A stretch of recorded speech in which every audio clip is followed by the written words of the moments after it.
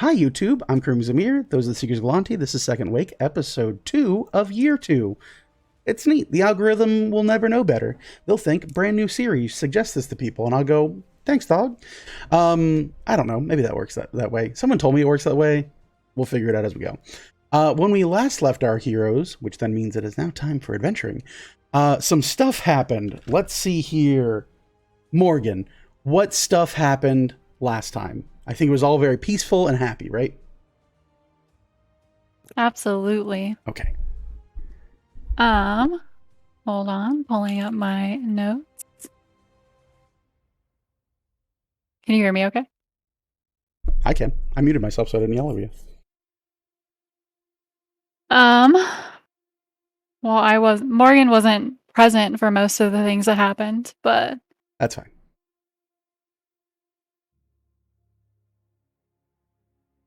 I gotta scroll through. Piles of Okay. All right, so we started the episode with JJ's dad being murdered. It is really sad. We found a little bit of the group found a little bit of information, like threatening notes, stuff like that. Ended up finding the blade that he was stabbed with.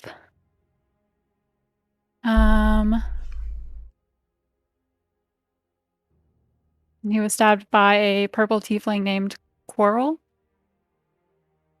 No, Corval, yeah. Corval. Corval.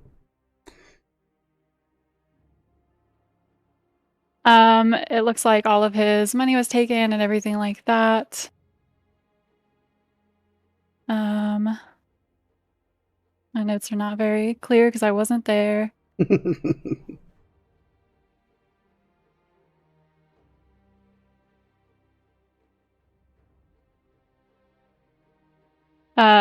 Orville ended up finding a mark that showed that he was was killed by a spell.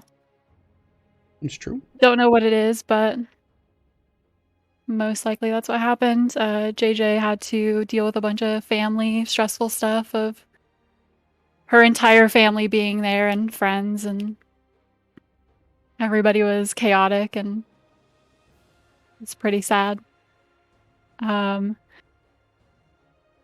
And then Morgan showed up with her same old bullshit. Back on your bullshit. Happened to run across somebody that is friends with JJ, and just happened to be part of the family that Morgan had just stole something from. Wasn't really important. It was a very small item. Tiny. Insignificant, in fact. Very insignificant. Mm-hmm. Almost got murdered, and basically was given a way out by the item that she stole, which is sentient. And JJ had to vouch for her, unfortunately, with her best friend. Not very descriptive, but that's the long and short of it. I'll take it. Yeah. All right, now we'll do a supercut over to the exact same question. What happened last episode from the point of view of Kobold Jones? Take us away, Kobold Jones. Yeah, so I ate too much cheese, and lizards don't do well with cheese. That is true. That's true. About 72 hours crammed into 24 hours of just pure diarrhea out of both ends. Even my ears were leaking. Ooh, yeah, the old ear leakers. Those are rough. I've heard bad things. It was pretty rough. That's it. It was a blur, really. Yeah, really. A blur of brown. Blur of brown. Okay, we appreciate that. So yeah, that is a good recap of all three sides of the story from last week. But the story did continue just a little bit earlier in the day as well. A little bit of like wanting to get that personal one-on-one stuff without having to like truly be, made to feel worse or anything of that sort, or kind of like to be able to answer questions for folks as well. JJ has now after getting. We're getting rid of it. We're just going to kill the music tonight.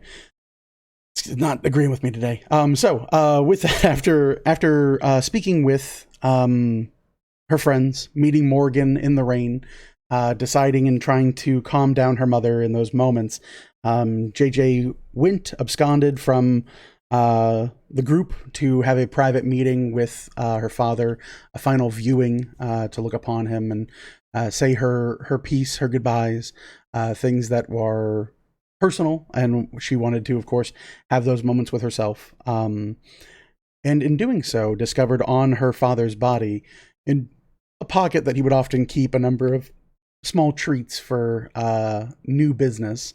To be a little bit more disarming and just genuine in the business room, she noted a hastily scrawled note written on the back of a sales receipt for the said candy.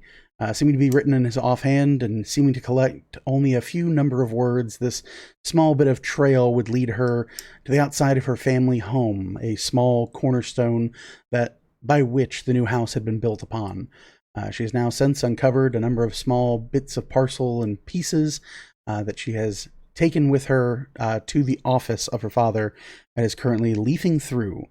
As she is doing that, I want to know, Seekers of Galanti, the four of you here, you see Orville head back into the house as Cobalt Jones exits the restroom, probably telling his blood brother to give that a minute.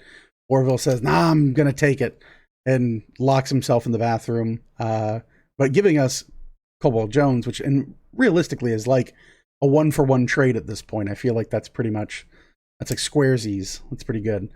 Cobalt Jones, having spent the last several hours now feeling better and getting back in a good physical state, returns to see a majority of your allies and friends standing at the entryway of the home of the Lightning family. Many of the individuals are all grieving still regarding the passing of the father.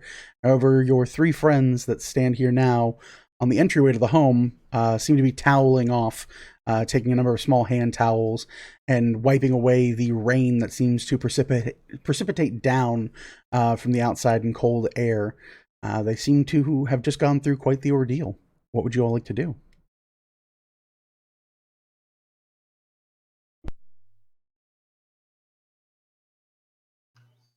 I just want to break this to you guys early, but Orville's probably dead. He just went in there. I don't think we're gonna have to wait for him. I'm sure he'll be fine. He probably just needs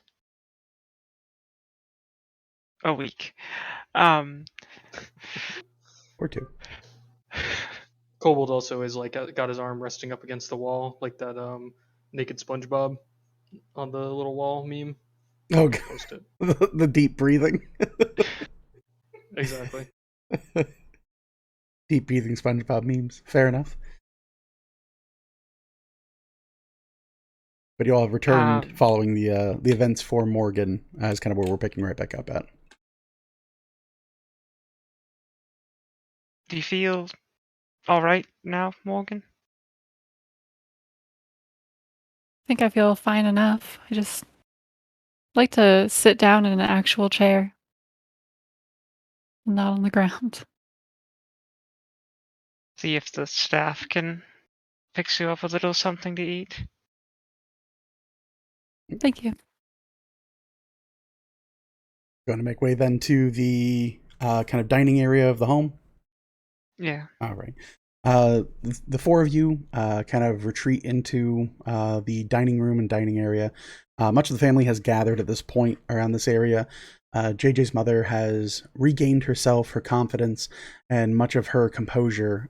Still puffy-eyed, cried out at this point for the last several hours, but seems to have a bit of a squared head on her shoulders. Her father-in-law, Reginald, as well as her brother-in-law, Theodore, both kind of sitting on either side of her, talking about what would have been best for the family, where they see things going, and of course, the fact that she is now what would be the entitled holder of the property, of the Lightning family fortunes and the like, all their business dealings and all of that. As you all re-enter Escaret, kind of approaches slowly, seeing you all sit at the far end of the table, and kind of looks over and goes, "Oh, there is another person. Yes, of course. Ma'am, how may I best assist you?" Wait, who is it? This is a tall, kind of dapper, blonde hair, blue eyed elf, a very pale complexion, but surprisingly has very dark brows. Just seeming to be probably a weird elf thing, um, and has a face that is eerily similar to another member of your group. And will introduce himself as the familiar butler of the Lightning family, Escariot.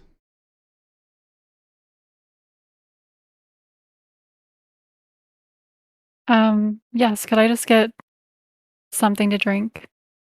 Something to drink, yes. Are we looking for perhaps purified water, wine, the carrot juice I have for tomorrow's breakfast, perhaps? Wine sounds great, thank you. Wine indeed, yes, very good. Um, I assume you're all friends, right? Okay, good. Like kind of walks off, comes back, sets down a bottle of wine and opens it and pours it for you and goes, "You'll find this is a very great vintage. You see, there are truly a number of remarkable things about it. There is a fruitiness in its creation." And I'm just gonna throw it back. he immediately is like, a whole glass. He goes, "Right, I'll just leave the bottle here for you, and you may enjoy that at your leisure. I don't know what I expected. Have a great night. I'll be here if you need me. Thank you." And kind of Much like appreciated. saunters over to the family and like is like refilling with like a pitcher of water, like various glasses, and like refilling wine from other like bottles that are already on the table for a few people that are taking the grieving process to mean drink until you can't feel it. But yeah, as you sit up in your study, JJ, you look over the various documents uncovered under the cornerstone of the home. Among them, you note a veritable collection of the various property rights, all of the different building construction rights, all of your kind of codes and permits to create, and all the business licenses to deal across borders of the various areas throughout the Everwield. And then, of course, as I said, a number of crumpled, copied documents that seem unsigned, unconsidered, and untaken regarding the offer of purchase and sale from a number of interested parties within that of the borders of Grim Village, seeking initially a sum of about 750,000 gold as an initial offer for both the land as well as the business of Lightning Moonshine. But now the most recent one that seems to have kind of less distress, crumples, and like breaks in the paper that seems to offer a handsome sum of 2.5 million gold pieces for the lands and business.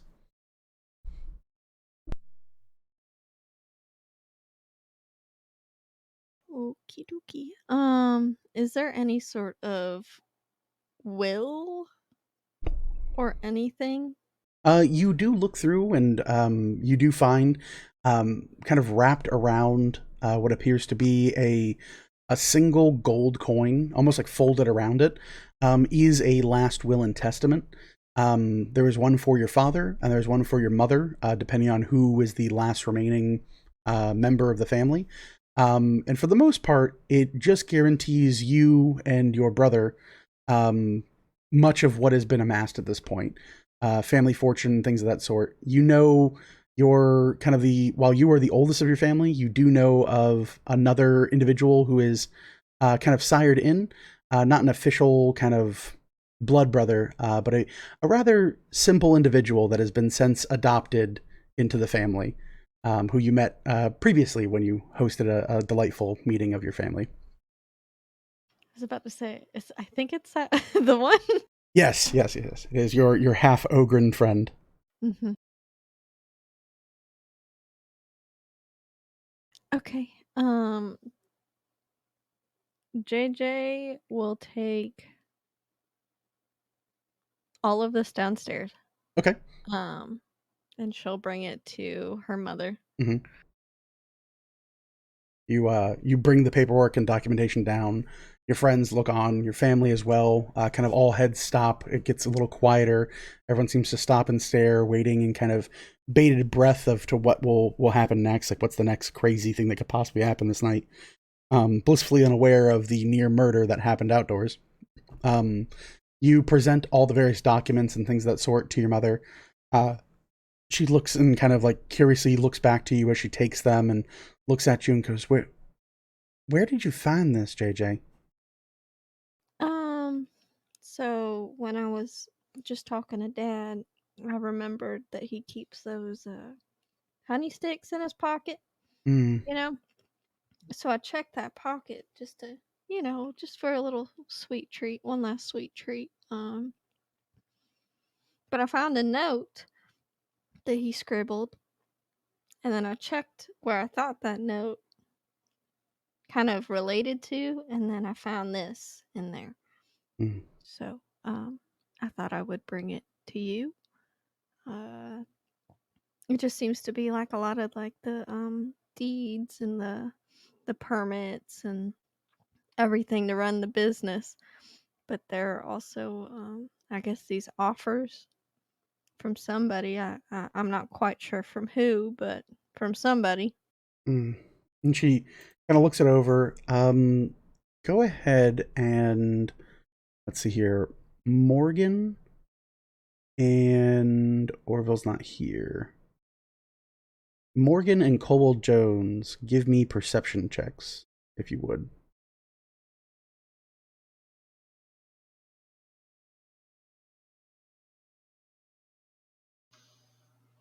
Got a dirty 20. Dirty 20, okay. And Morgan? 25. Oh, good lord. Okay, gotcha. As JJ returns, handing these documents over to her mother, you see a number of people at the tables all immediately start talking and like hush whispers and kind of like now carrying on conversation. A few kind of fingers inadvertently point at the documents and things of that sort. Chief among them, you do note the brother of her father, Theodore, seems to like almost seem shocked that these documents have surfaced. And as she explains that they detail much of the kind of business and things of that nature, there is kind of like this like strange, almost befuddled curiosity that finds itself on his face, as well as a few other folks at the table, all seeming that they weren't aware that documentation existed in this manner. More that it was expected to kind of be like handshake deals from the few like whispers and things you can overhear. Like a lot of them are like, I didn't know we could write. That seems to be like the talk of the table. JJ, as you do bring up that there are documents regarding purchasing of the business and land, your mother kind of gives like a soft sigh and goes, "Yeah, no, I'm aware of it. There's a rather curious real estate company what opened up just north in Grim Village, and they were buying up a lot of the farmlands a couple months ago. We had gotten an initial offer on our land as well as everyone here in town, and well, it's part of the reason why we end up buying a lot of it, that surrounding area, that is. Many of our friends and neighbors, they got a lot of real strong offers on their property, especially with winter and things getting real tight as far as the purse strings were. When we got the money in, we decided it'd be in our best interest to purchase our friends' and neighbors' properties rather than let it fall into some foreigner. You know what I mean? And that sounds terrible to say, but we'd rather keep it among friends and family and not have people lose their homes just because they were, well, interested in a bit of money. No, that totally makes sense. Can I do an insight check on that? Yeah, go right ahead. Let's see. That's an 18. 18. You can tell just in the inflection of her voice. She's being completely honest, first off, like where there's not like I hate insight as like a lie detector, first off, but it's more what you can infer from her statement. You get the with an 18, you get the notion that this is what she's saying is what happened, right? She emphatically is telling, just recanting a story. She's not making up a story as she goes.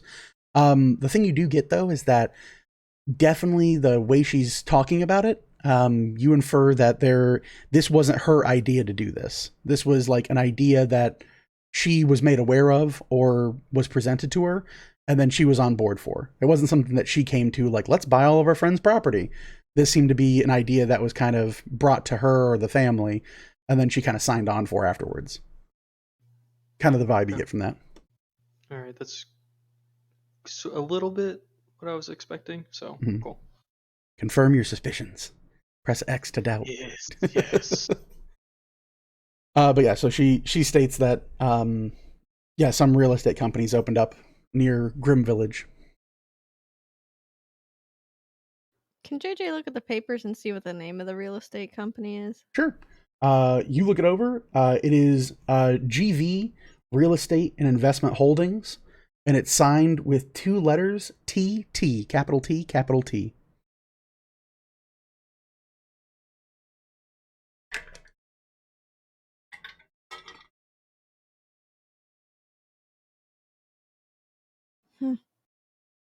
Well, I mean, this all belongs in your hands now, I suppose. Of course, you'll need all this to run the business.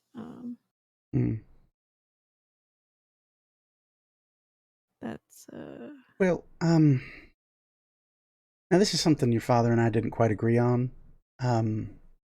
personally.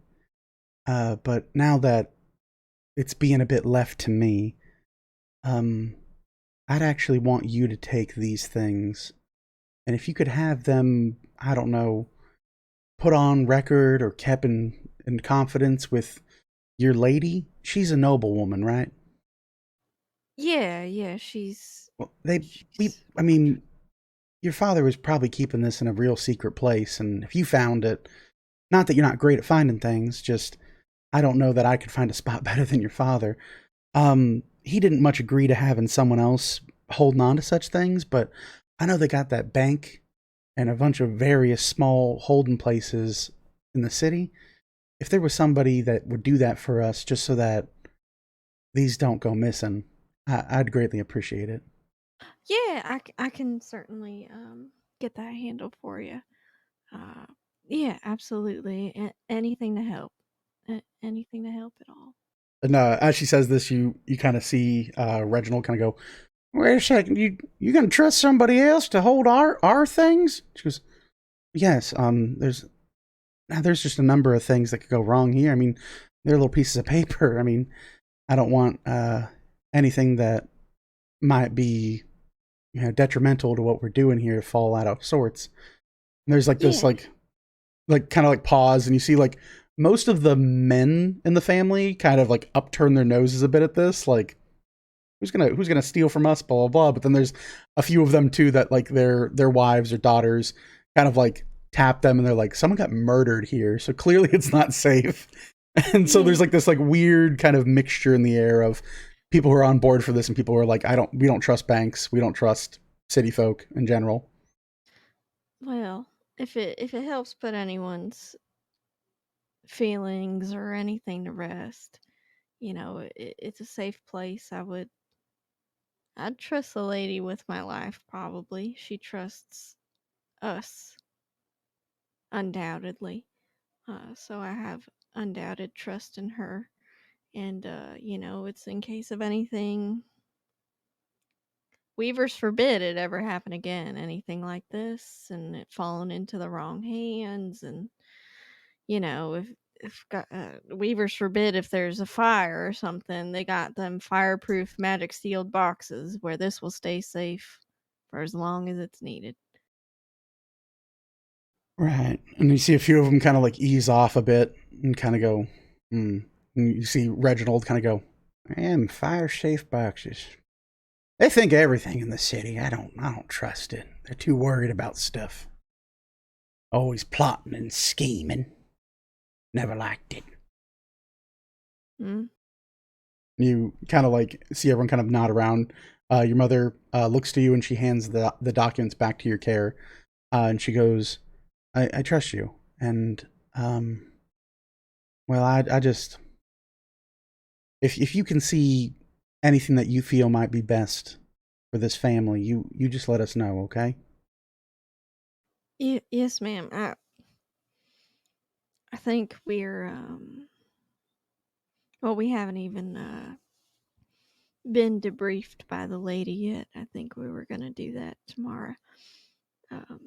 But I can always put that off. But we were thinking about heading north anyways. So if you want me to, while we're passing through Grim Village, scouting them out, just to see if we should even put any stock into this, even though it seems quite sketchy and don't know what they're doing with the land that they're buying up. But I can always give you a holler, um Right. let you know, you know.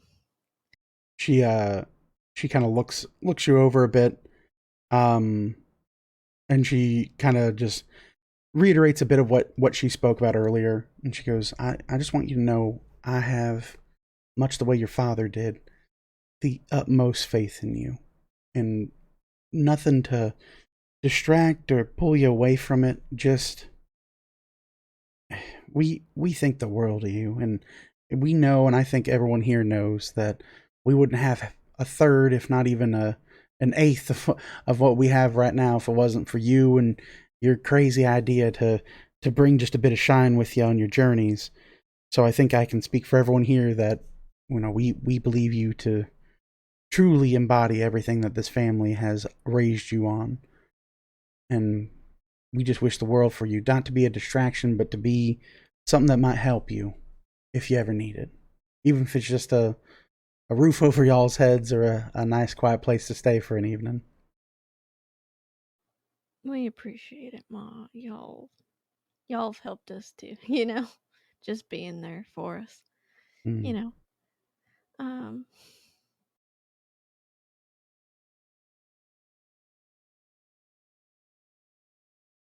I, I,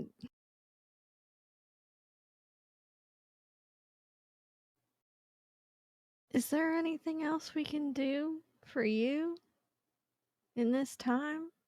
Or I don't know. It's a weird night. She she thinks it over again. She goes, it truly has been a shocking one. I do think though we're gonna make it. Uh, as I said, it's gonna take time to get your father's affairs in orders. Having the documents are obviously gonna help. Getting his business dealings in order with our dwarven gentleman here, and a few things here with the family that were promised, as far as for working opportunities.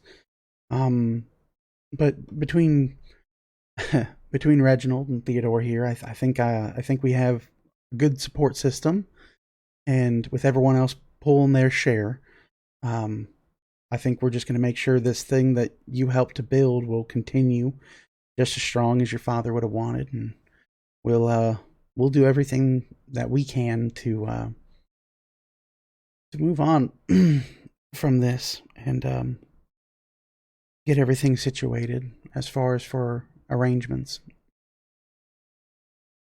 I'm Yeah, sorry. do you want me to stay here tonight? Um, or anything, or And she kind of like lightly brings her hand up and touches the side of your face. And she goes, I'd appreciate it. Truly, I normally would. And I would say, I never want you to leave again or leave the road again, but that's just not who you are. I think we have a lot of family to confide in and console in. And it would be terrible parenting of me to stop you from whatever it is you might next do. We'll, we'll make it. I want you to do what it is you and your friends continue to do. Make the news and go on adventures and tell people about how great where you came from was. I'll keep on doing that, Mom. Mm. And she kind of just like lightly like moves her hand down cups your hands and like kind of grips them and then shakes them a bit, and then she kind of points to you and goes, "Go on now. Your friends are being awfully patient with all this mess that we found ourselves in, and I'm sure you all have 1.5 million things to accomplish. We don't want to be a burden on you on that one. I'll send word once everything's been taken care of, arranged rather, and be waiting for the coroner in the morning, I'm sure, and pick out a nice plot, probably in the back, and have a place for him. He'd like that. Yeah, I think so.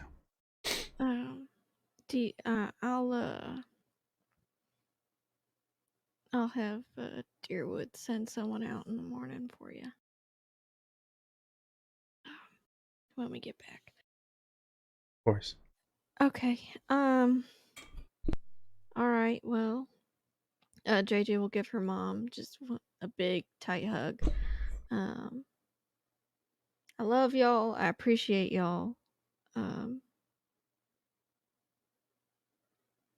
I'm so sorry that this happened. And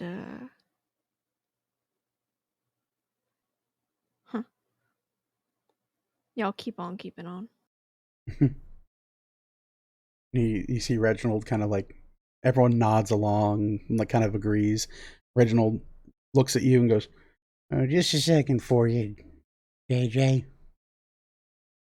Yes, sir. And he walks forward and takes your hand and goes, "He might not be around, but that doesn't mean he's not here." He takes his hand, he puts it like right in the top of your like collarbone, and goes, "Everything that you is, he was. And everything he taught you is still in there. And every time you go out there, you make him and all of us damn proud." I'm gonna do my best, sir. That's right. And don't take shit from nobody. Of course not. Of course not. I wouldn't be lightning if I did. That's right. Where there's lightning, there's thunder, and there'll be hell to pay. Yes, sir. He kind of gives you a nod. He goes, "I know I wasn't around much, but yeah, you turned out okay." I'm glad to have your bit of approval there. I appreciate it. Yeah. I appreciate you. You and Theo take care of Mom, okay? You see Theo go, "Oh, of course, we will do everything in our power to make sure everything is handled accordingly." Yes, correct and accordingly as much as possible. Yeah. Y'all, there's ways of getting a hold of me. Worst come to worst, always can send to the lady and send something to her if you need me that quick. Mm. But I'll try and check in. But I'll check in with y'all tomorrow, I'm sure. They all kind of like give a nod. And with that, you rejoin your friends at the end of the table. Morgan is about half a bottle of wine in at this point. Are y'all ready to head back, or y'all want to hang out some more? Well, I didn't want to break the mood or the vibe, but wasn't there like a god meteor that landed a couple hours ago, not that far from here? Yeah, I was gonna bring that up. Yeah, there was. So, I mean, it'd be a shame if some bad guy got that thing. It could We be don't know what alien it is. technology in there. it would be cool if something went pretty swell. So, Could be like laser guns there or could be something. something. I've only seen like one gun, and you know what? Lasers, I don't know what that is either, but seems really cool. I'll follow y'all. Y'all lead the way. Yeah, I don't know what it is either, but it sounds cool and it has a Z in it, so.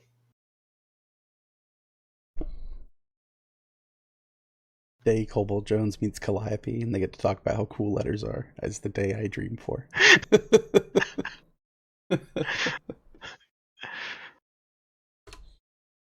Yeah, up to you guys. The world is your oyster, literally and figuratively, in this moment. I have Orville, a question. yeah, Orville will eventually join you out of the restroom, I'm sure.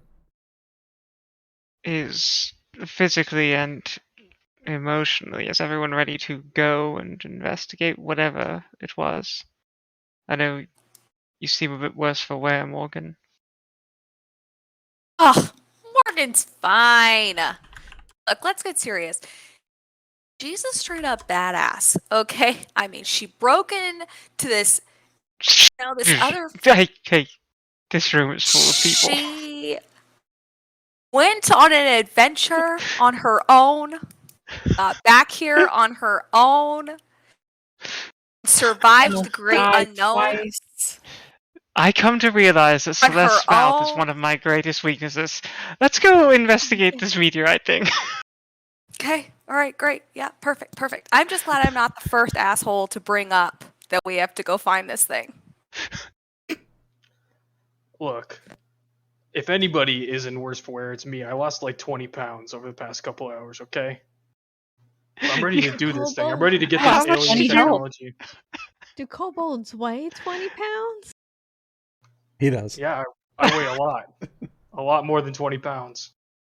Let me check my notes to remind myself how much I weigh. Oh, jeez. Without all the armor? Without all the armor. Yeah. You Yeah, I get- weigh 120 pounds. No, okay. It's a thick bulb. That's But I'm also only 3'2". I don't know how much of that is muscle and how much of it is fat, but I'm scared now.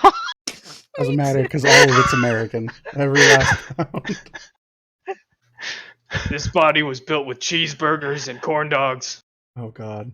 We still haven't found a corn dog. Still have not found a corn dog in all this. It's been nonstop cheeseburgers since I met you guys. I feel like That did happen.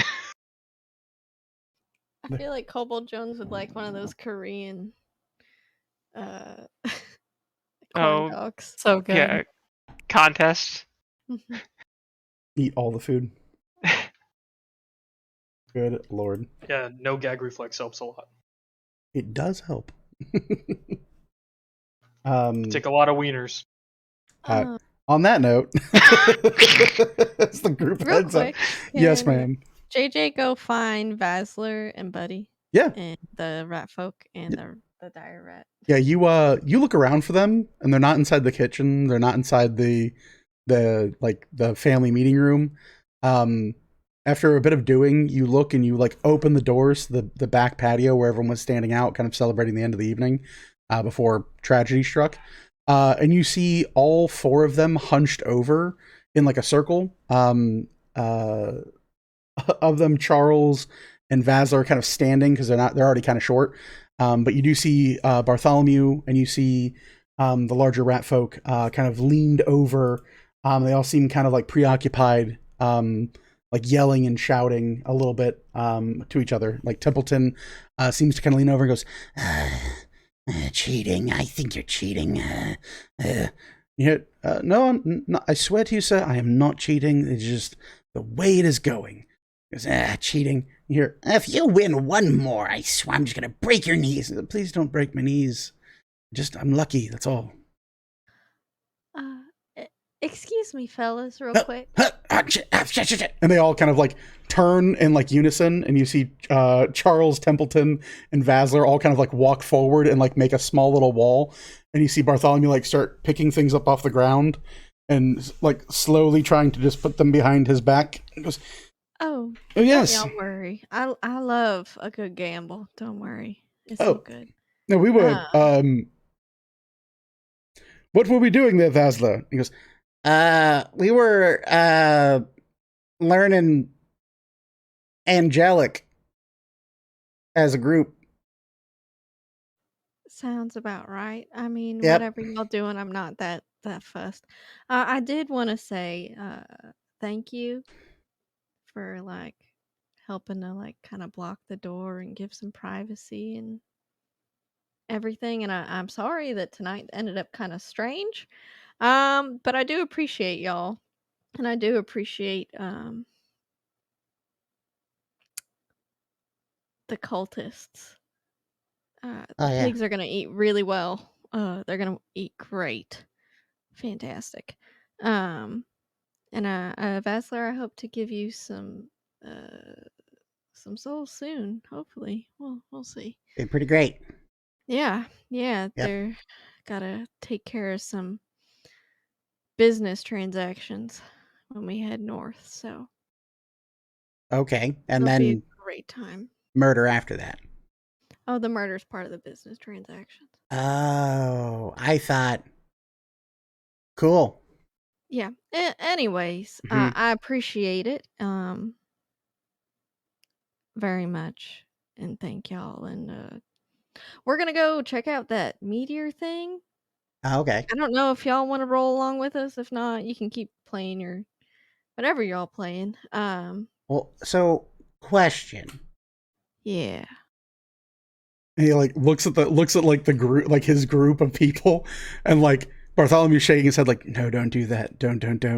And you see Templeton is like giving him the thumbs up, and then Charles is like not sure about it.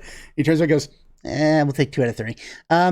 So like hypothetically, there was a gentleman in there who said hypothetically that like, you know, he would literally die for your father. Like, would that be... Because, like, the goblin guy was kind of So on the fence about it. But, which like, one was it? tall guy, has horns. I don't Oh, know. They all kind of... I mean, he was highly unique and definitely struck an image. I know we all kind of look the same. Okay. I mean, you know. Was it upstairs? Yeah, upstairs, tall guy, suit, Oh, ill-fitting right. suit. Theodore. Sure. Right. Well, he's got to watch over my ma. I kind of Right. like made him watch over my ma Right. because, you know, if he fucks up, Huh. if he fucks some shit up, Yeah. then and he doesn't take care of ma, I don't care. Cool. Do whatever with him. Okay. Uh, Okay. I don't care. We'll put a pin in that one. Other Yeah, one. put a pin in that. The Yeah. other one. There's another one. Yeah, okay. So Reggie, the fat guy. Oh, Grandpa also has to take care of ma. Yeah, well, he wants to live forever. And I was thinking package rate, we just tack on a little bit of your deal with him. And I feel like, yeah, he said he wanted his youth back and didn't want to age. And I was like, yo, that's, what do the kids say? You hear like some squeaking. He goes, yeah, dog, that's brazy, is what I've been told. So, right. yep. That's a good one even for me. Okay. Yep. Uh-huh. So, you know, I figured maybe we could figure that one out. And, you know, he seems like a cool person. Was this before or after my father was murdered? It was like during dinner, but then afterwards he like did this whole swearing vengeance thing. And, you know, emotional people are really the best people to make deals with demons for. You know, I mean, I don't want to say like anyone's taking advantage of him in this potential offer. I'm just merely stating that we could come to an agreement on that and we'd be cool, right? Like we wouldn't have a problem. I understand how you have to work, Vasler. Because the green guy really made it sound like we'd burn a bridge here by getting your family involved with our ongoing deal. So I just kind of... So how would that affect our deal? Well, I was kind of thinking, and like, you know, and like turns and looks back, and Buddy at this point is just like, dude, shut the fuck up. Like, no, just no, don't do it. And you see again the 2 rat folk are like, it could be good. Like that. And he goes, so I had this idea in my head of like maybe your family, you know, because like, you know, gods are not really around right now, but people like me are, and by people I mean demons. So like maybe your family just kind of, they need stuff and they need a person who can provide stuff, and I've got a lot of stuff now. Maybe Well, you I mean, just... I mean, I mean, Sure how would be does that cool if all the affect plants grew, you know? if how does that affect the deal between you and me though? Like, Well, do I I was just thinking, like it would be because there's multiple people who all want stuff from me, and maybe we just kind of like, you know, keep it in the family a little bit. Like we like all they add to the count? like it's like a package offer that they can contribute offerings and you could contribute offerings, and we just have like, maybe like children are born under a certain star in the future, and then like they're cool and they don't have to worry about catching on fire ever again. That'd be kind of cool, right? Do do they have to kill people? A lot of them aren't really like What? killing people, folks. No, they don't have to kill people. That's crazy. They're a lot of them are like a lot of like bark but no bite type of folk. Kind of like, I'm kind of Right, a yeah. Yeah, I would never change their nature. Reggie said he killed people. He just brought that you up know, casually during dinner. Papa would probably kill people. Okay, well, No. that's a start. So, like, he's one of the involved people here. I'm just thinking, like, the weather outside, it's pretty bad. And I do, in many ways, resemble that fat thing that a lot of the humans worship. I'm jolly. I have red in my beard. Overall, guess who's here for the holidays? It's Fassler. We could just make a couple miracles happen. That'd be cool, right? I would appreciate if you did not trade my uncle for my father in this instance. Oh, yeah. Okay, I'll take that one off the deal. Although I would love my father back. I think it would be Uh, a little bit uh, of like a emotional shock that might put some folks in the ground themselves, well, I mean, you know. truth be It's a good told, deal. he would come back and he'd still have the same number of horns he left with. Oh god. Oh. Again, that word doesn't mean a lot of things right now. But yeah, I think it would just be a lot of shock. Yeah, yeah. And me included. Yeah. I can wait till you leave. Honestly, I'm gonna be honest. I hope that my grandfather makes whatever the correct decision is in the long run, but he is his own person in that respect. Okay. I don't want them just killing senselessly for you. Right. Right. Okay. Because then that like affects business and profits and like keeping everyone afloat. Because now Ma has to like take care of everybody. Okay. Like she's got help from Theodore and Pawpaw, but like sometimes folks are not I mean, if all. we're trying to help your mother out, and I mean this again, just throwing this out there. Charles has been taking like 4 different business management courses in the sewers, and would be a great stand-in to help your mother out in her burgeoning business. There's business school down in the sewers? Oh, you'd be yeah, it's tons of stuff. Bone trading, body laundering, Oh, we've got bones. We got a gambling, lot of bones. That could be great for Vel, actually. Bone trading. more gambling, cults. That's a pretty cool one. Yeah, the cult. Lot of upset people who didn't get to become weavers. A lot of upset people down there. Huh. Interesting. So I'm gonna be honest. Okay, good. I would prefer you not do that deal with Theodore. Okay, dad's off the table. Yeah, the dad thing off the table. It's Off the table. a little strange, especially for folk that like aren't weavers. Like to bring, Sure. bringing them back Yeah. And I'm sure the shock of my dad coming back to life because weavers know where he went. I don't know. Do you want to know? Let me ask you that question back. Do I want to know? Probably not. That's probably, Okay. yeah, that's probably. Maybe one day I'd like to know. I don't know. He had a really cool But teenage life. I'll just tell you that much. oh Lord, Guy's a hero. who did he wear? I got. You can tell me a little later. How about that? Okay. I mean, if you change your mind, that's cool. I mean, I am interested. Yeah. Yeah, I think I am interested. Oh shit. Where did he go? I think I'm going to save us both time and tell you he didn't stay at home. I'll tell you that much. Yeah. Yeah, it was pretty great. Yeah. Great. Awesome. Cool. So he's back to partying. All right, cool.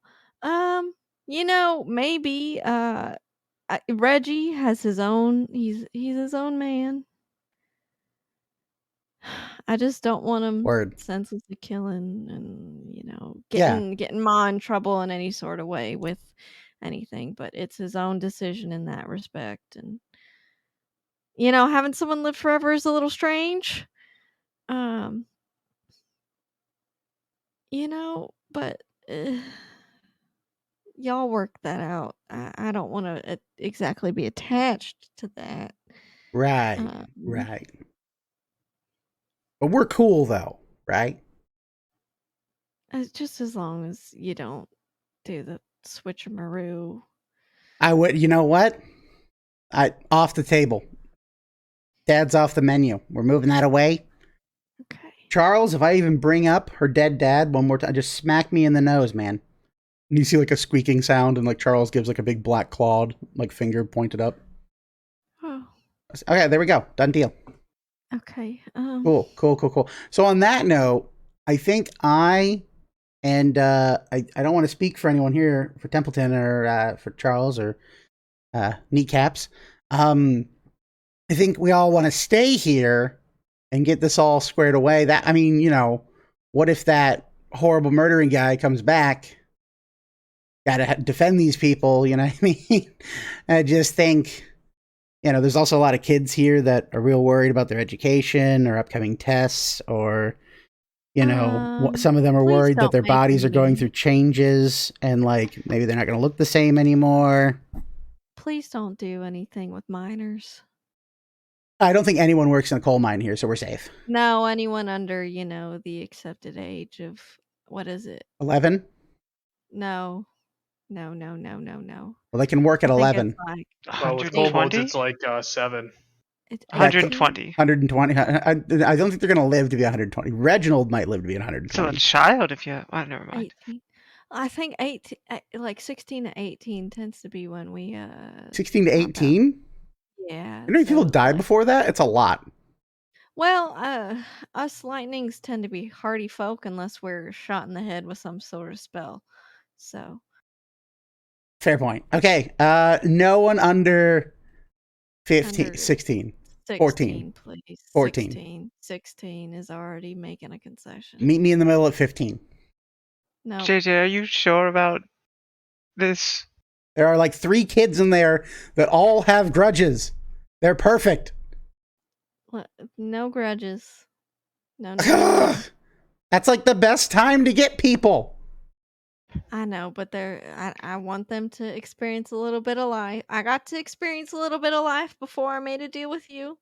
I got just a little bit, but Pawpaw's had a whole life to experience, and apparently he wants to live a second one. So, oh yeah, and a third and a fourth. So, oh yeah, he can make his own decisions there, but youngins and kids and don't really want to mess with that. Want to give them a little chance to make their way first. Okay, sure. Okay, you're tying my hands behind my back. But deal. As long as we're cool, I'll hang out here. Teach everyone the meaning of giving. I swear if something is so fucked up. What? When I get back here or what? when I check in, I swear I Hey. don't know what I'll do. I I'm- probably can't really do much.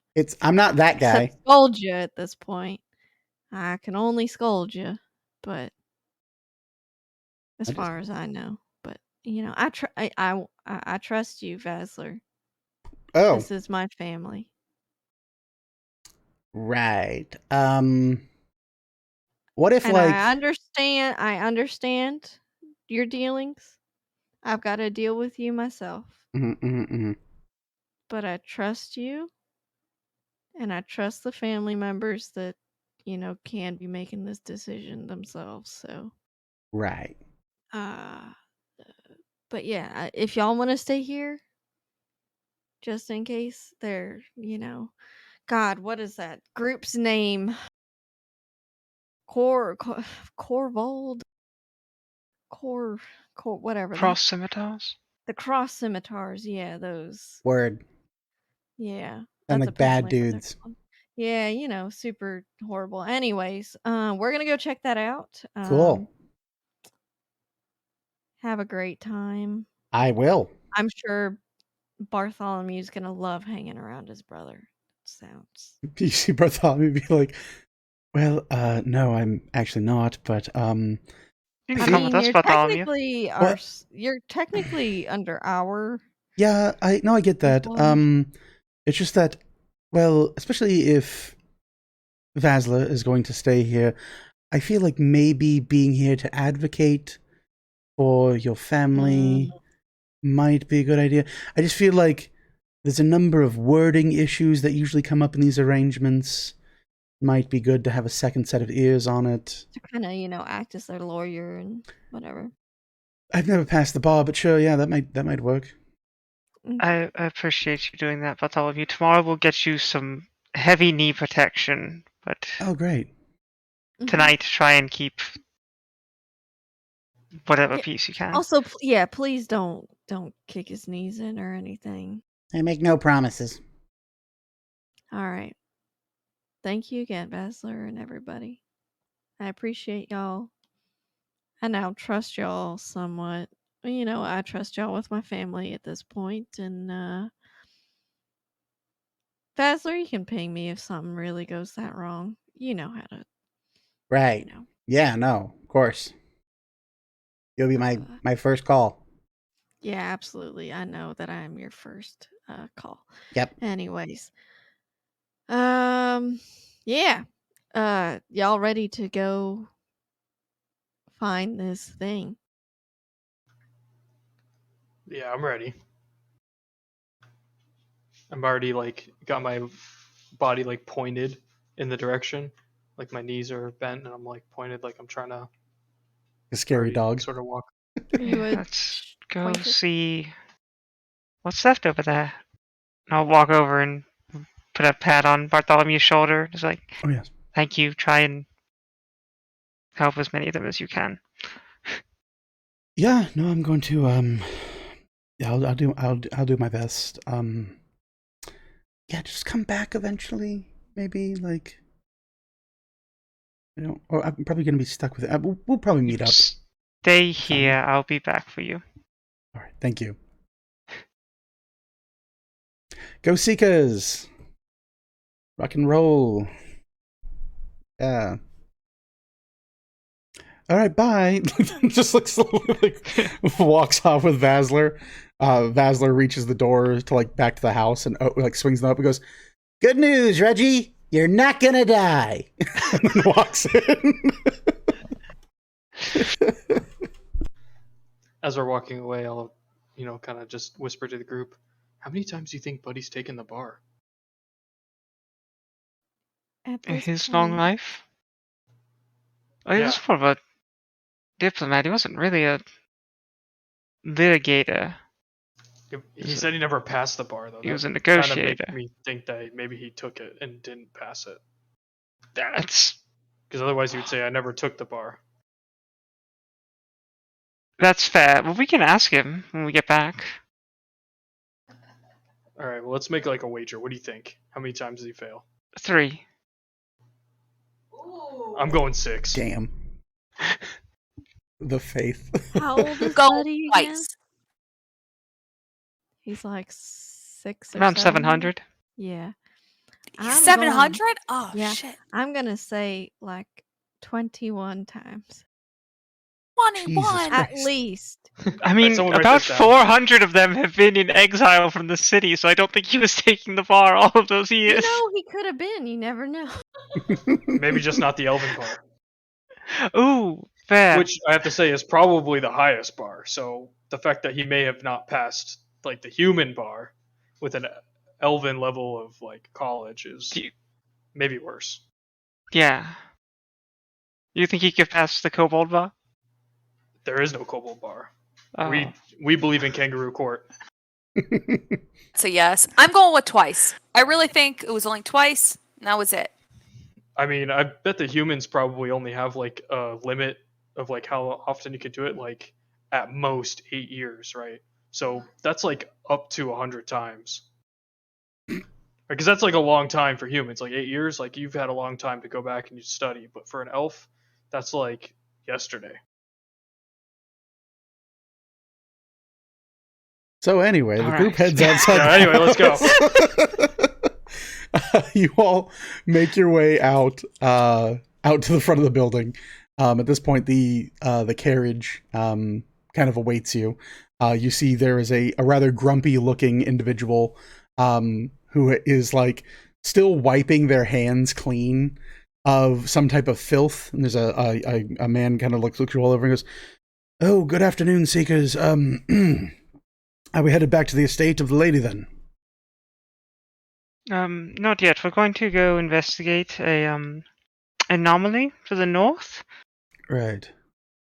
So we're heading right now to how far from the city? Would you be able to go off road? There is a road. These are new tires, new wheels, so to speak. Normally I would say no, but I've also fed men to pigs this evening.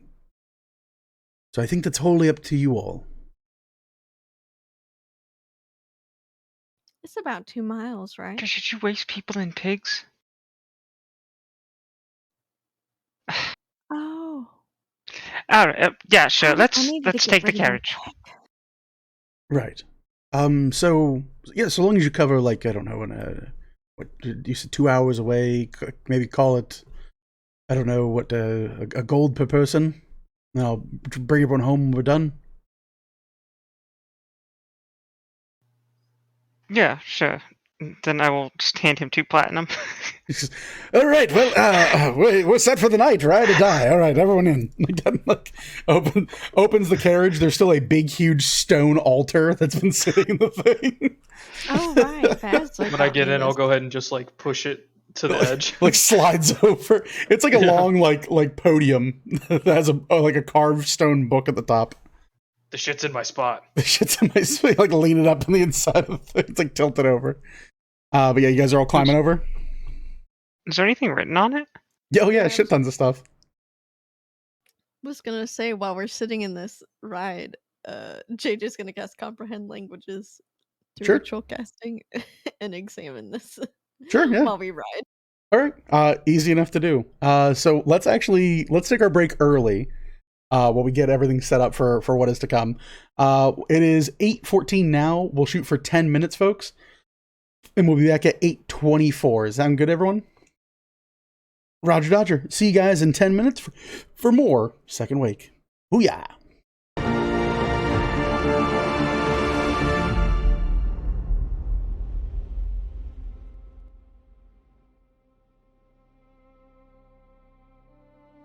Woohoo! And we are back. Hey, folks, how y'all doing? Let me turn this music back down. I'll turn it to like just a little bit above. All right, there we go. So hey, hope everyone's having a great night. Sticking in there with us. There we go. Words are hard. Thank you for joining us after the break for more Second Wake. Ooh, that rhymes. I should use that. There we go. I like that a lot. As always, we thank everyone who does. If you're watching along with us on YouTube, hey, what's up, YouTube? If you're watching with us live here on Twitch, then thank you. You level 20 characters.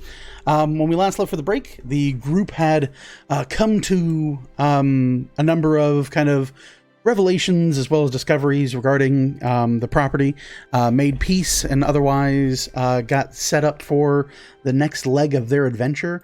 And in doing so, remembered, oh, wasn't there the same night some kind of falling star or something? Wasn't that kind of cool? We should go check that out.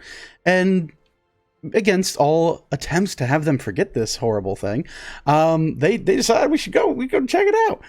So that is where we're at right now, folks. As you all race across the land to better find the occurrence and rather what has happened from this what you appear to be a falling star, you begin to race off and otherwise enter into the darkness of the area. Let me go ahead and we're just going to clip that. There we go. And you immediately begin to smell in the air fire. There seems to be kind of this stagnant odor of smoke and soot and fire as it kind of emanates out from the area. On the inside of roughly about an hour or so, this smell begins to build and build and build and further still, as each step of the horse's feet stride across the kind of stonework laid path that has been well worn as you leave the village, and then of course into the actual kind of like turned earth that is the country road that leads to the north and to Grim Village. You all continue to, with gaining intensity, smell this kind of like burning smell that kind of emanates out from the area. Before long, you all can see on the edge of your vision, those of you with dark vision and those of you without it, can see a small trail of fire that seems to emanate from up ahead. Is there anything you guys want to do while you are preparing to arrive at your destination? I think over the course of the hour, we wanted to look at the altar that was in there. Oh, yes. Looking across the altar, especially with comprehend languages, JJ, you come to note a number of things about it, specifically that it is currently listed to be attuned to a demonic and devilish deity, of which you have already learned. And what the altar actually contains along the sides and within the carving of the pages of the stone-laid book are a number of rituals, primarily those that incorporate sacrifice and mutilation in exchanges for depths of power and forbidden knowledge. There are a number of them that kind of line the case of this altar, detailing a number of tributing things that you could offer into. From what your understanding is, without kind of like going into like advanced detail, this seems to be kind of a written accord of demonic pacts and devil deals that could be offered from this kind of like forsaken treasuring deity, which in a way you kind of understand when you don't have a Vasler that can just make the deal in person or offer demonic pacts to people. But that's kind of what this seems to be. There is one that's an augury that requires bloodletting.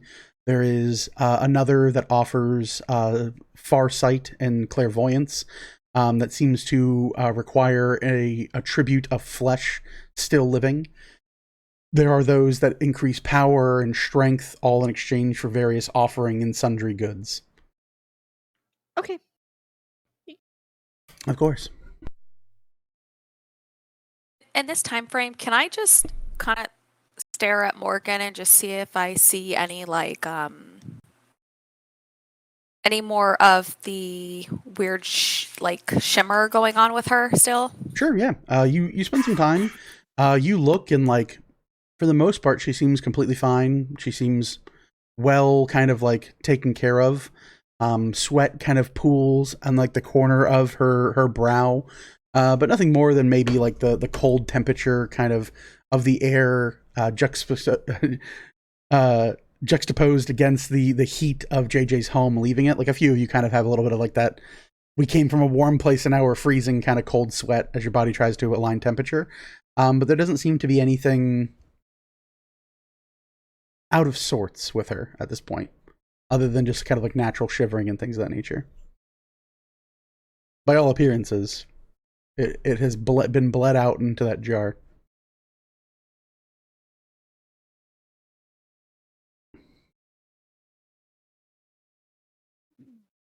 Anything else, Celeste? No? Okay. So yeah, anything else you guys want to accomplish before arriving at this area? I'm probably gonna take a healing potion. You can take a short rest. It's an hour. Oh yeah, let's do that. Okay. Go ahead and roll your hit dice. You're good. You get to add your Constitution modifier to each of your hit dice. For anyone as well, if you've spent spells or have anything for short rest that gets recovered, now would be the time to do so. So yeah, as you finish that up, you all continue along the northern pass. The cold winter winds breeze through and blow against the now rattling carriage as you all drive through. Your driver from the front has the front window open that kind of leads to the back area of his seated arrangement for the carriage. He is now bundled up in a large, heavy-set fur cloak and seems more of his outerwear he would use in the city rather than while on the job. Obviously, preferring his suit, but as the winds continue to whip and whiplash across him, just seems to kind of like hold things together and doesn't really want to like be a burden, especially with the amount of tipping that has been happening at this party. Before long, however, the carriage does kind of slow to a crawl, and you hear his voice kind of call out and goes, Seekers, now I don't think we want to go any further here. There's fire up ahead. As he points out the few of you that'll peek out from the front of it, you can see now kind of a small wall of flame that seems to emanate out from the area. He also points out and goes, the road doesn't seem entirely safe either. Is there something on the road? That's a way to put it. Might want to have a look for yourself. JJ will peek. I'll get out and go take a look. Yeah, the pair of you open the door, kind of like take a few steps and walk forward and look. You look and there are overturned carriages.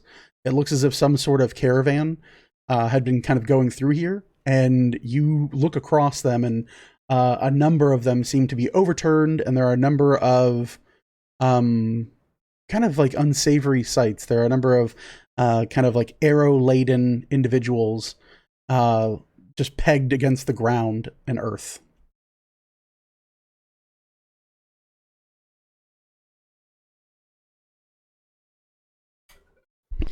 Well, is that before or after the where the wall of fire is? It's some. You guys are still some distance away. This is just on the road. There are like overturned carriages, slaughtered horses, a number of people that seem to have been kind of massacred in a way that are all throughout this area.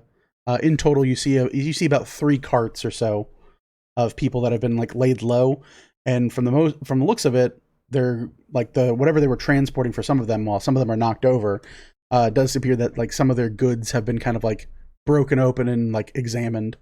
You see like a number of like barrels of salt and other types of small peppered goods that seem to be broken into and examined in a rush.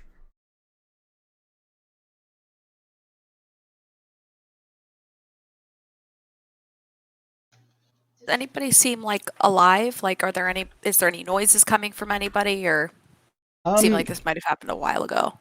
It does seem as if a number of these people are very cold. They've been dead a good long bit at this point. Putting a timetable to it, it did take you guys probably about a little over an hour and a half since this, whatever this is, crashed and kind of fell to the earth, and then about another half hour or so before arriving, give or take, some time for discussion and things of that nature.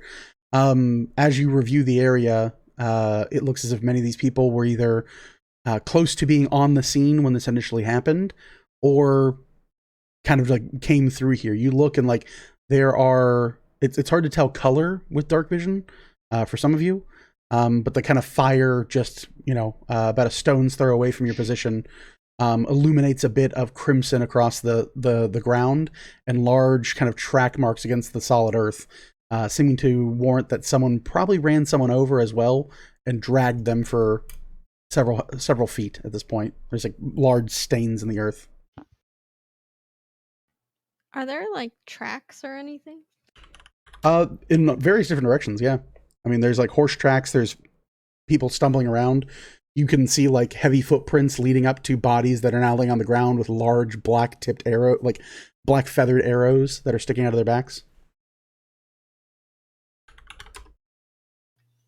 Do those arrows seem significant at all? Yeah. Yeah, cause of death.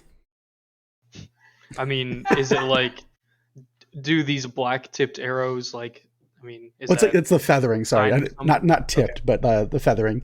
You would know that anyone who's going to use black feathering on their arrows aren't using it to go hunting.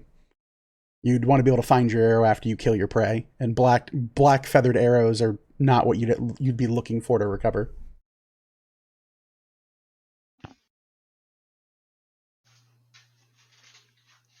Well, these are the kind of people that we probably didn't want to get the alien technology.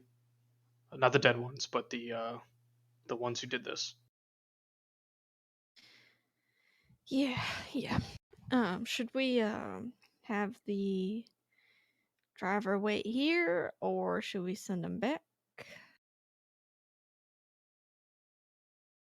He can wait here if he's comfortable with it. The driver kind of looks and goes, "Yeah, I would I'd very much like to maybe drop you off here, and I'll wait back at like the bend, a couple 100 feet, maybe further." That's fine. Okay. I'll keep your stone thingy safe, I guess. I know Thanks. that's super important. What the little guy said. Something like that. Right. Okay. Oh, great. Kind of like lets you guys all disembark, and then like brings the horses all the way around, and you see them like kind of speed off a little bit.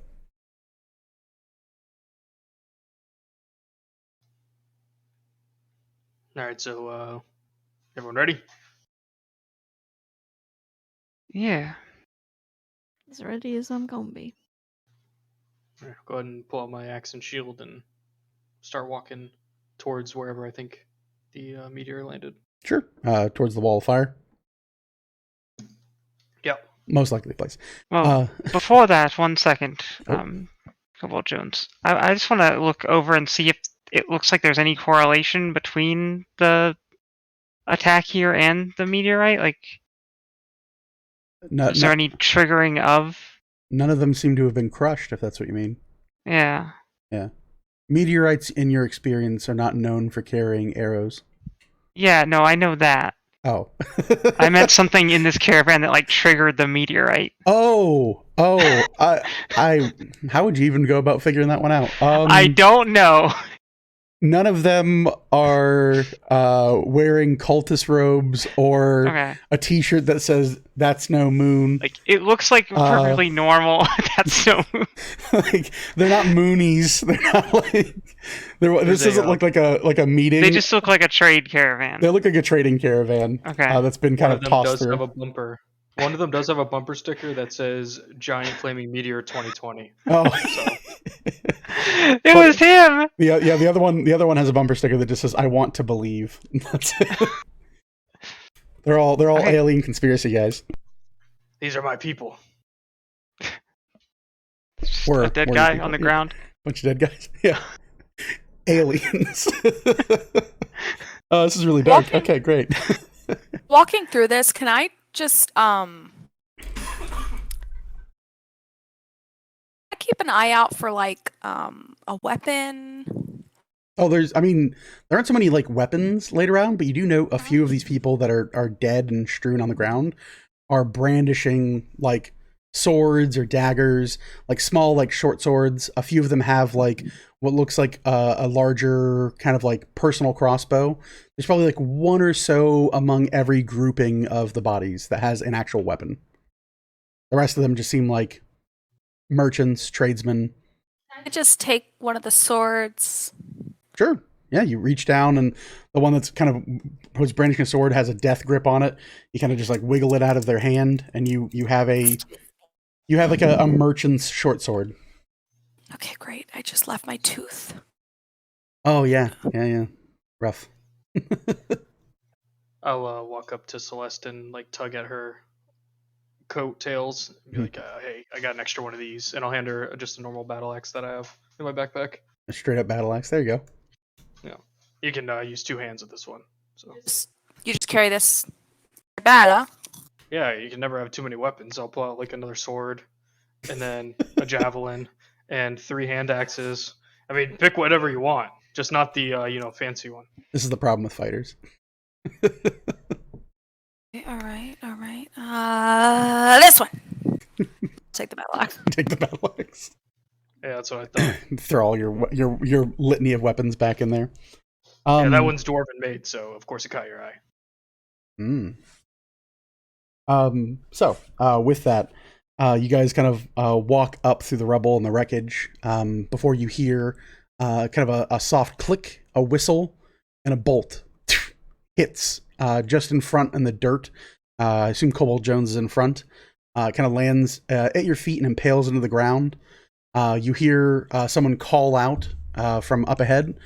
You hear, "I not know where you're from. Turn back before you end up like the rest of these fools."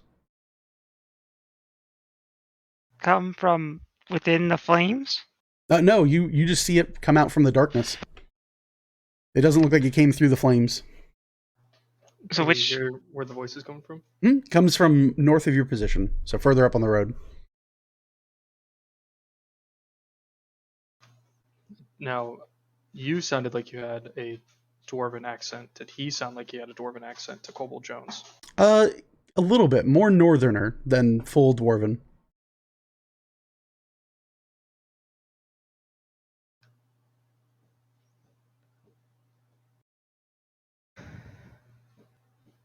Wait, why can't we go down this road? Afraid it's far too dangerous for folks this night. Best be turning back. Doesn't seem you had anything in that carriage of yours, so you're welcome. But your folks, right? You don't have a response from that? So I'm going to take that as a yes. I was always told that silence is an answer. Yeah, it is. And I'm going to just choose what it is for him. All right, well, we're the police or something, and we want to take a look around. You're the what now? Like, the police. That's a thing, right? You mean to say City you're guard. city guard? Oh, okay. I got it. A bit denser than the last of these fools. Go ahead and turn back. This bounty is all under the purview of the scimitars, and we'll not have any more exceptions this evening. I've got business. Oh, do ya? Yeah, where's Corville? He kind of looks at the name and goes, "Afraid I don't know who that is." JJ's just gonna throw the knife into the ground. You stick the knife into the ground. There's no response.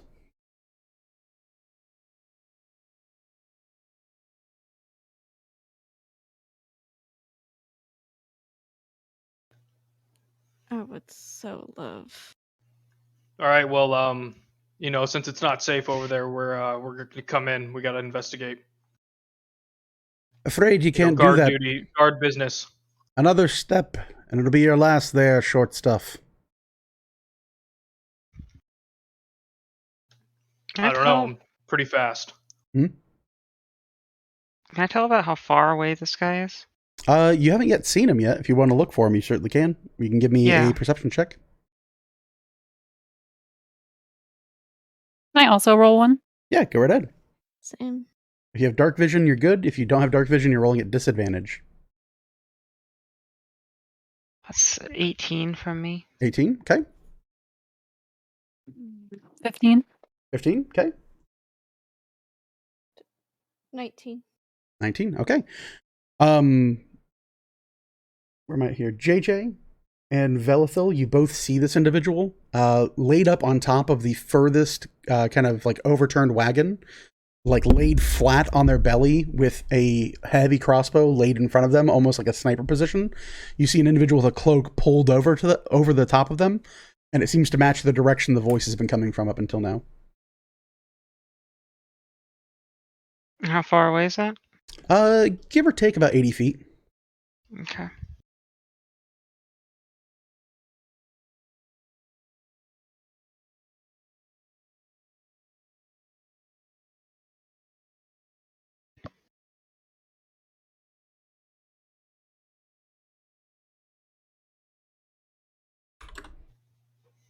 I will. Kobold will look back to the group for approval, or like in anticipation.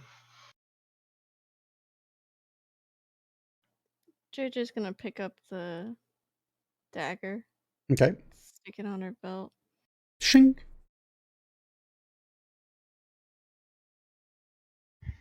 I don't think too many of us take kindly to be told what to do by some mysterious fella, some mysterious group.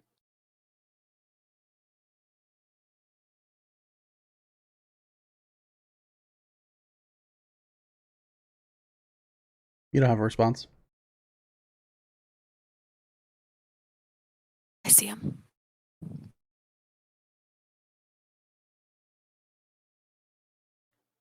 Ms. Val, how do you think we should proceed?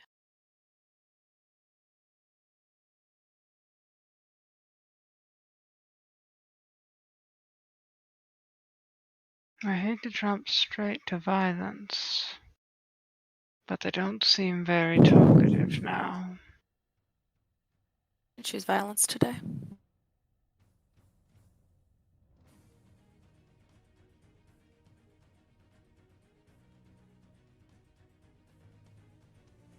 What do you want to do? How far away are they from us? The 3 people that can see them would say they're about 80 feet. Or the 2 people, I should say. Morgan was slightly off.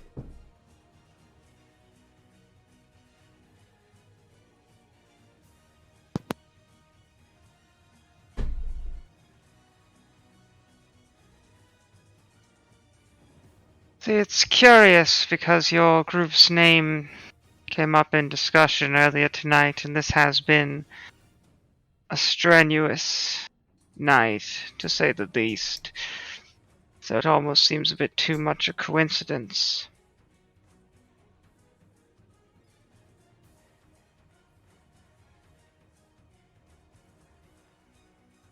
So what are you claiming here? Just this carriage, or whatever's beyond that fire?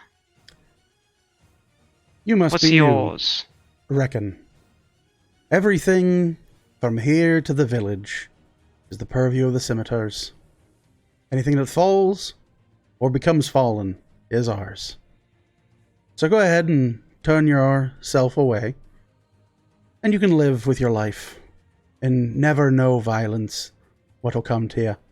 You know, I recall the last time we had a meeting with the scimitars, and we were the ones who offered that choice to you. No response.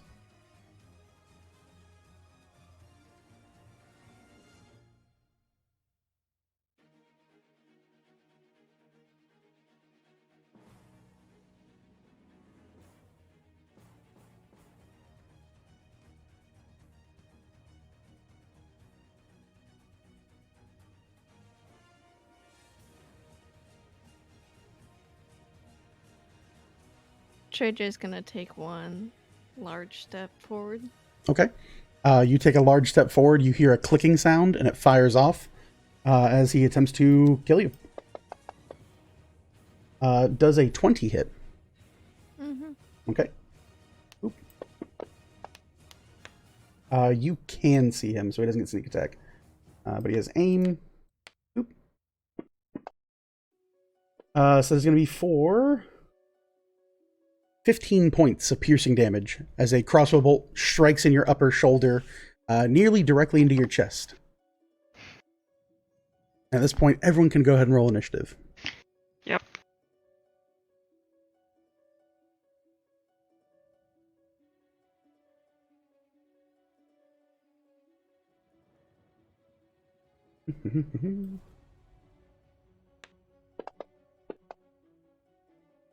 All right. Who has a 20 or higher? I do. Okay. What do you have for your total? 21. 21. Okay. Then we're gonna put more. 15 or higher. 19 for JJ. Okay. Cobalt Jones, what we get? 18. Okay. 10 or higher. Vel. 11. Okay. And what do we get, Celeste? 9. 9. Okay. All right. Top of the round, you hear a clicking sound, reloading, and the individual will spring up from their hidden position on top of this caravan and fire off their heavy crossbow up into the air. You hear a whistling sound and then a pop as a bright red flare kind of hangs over the skyline. And that is going to be his turn. He will jump down over and dash out of sight.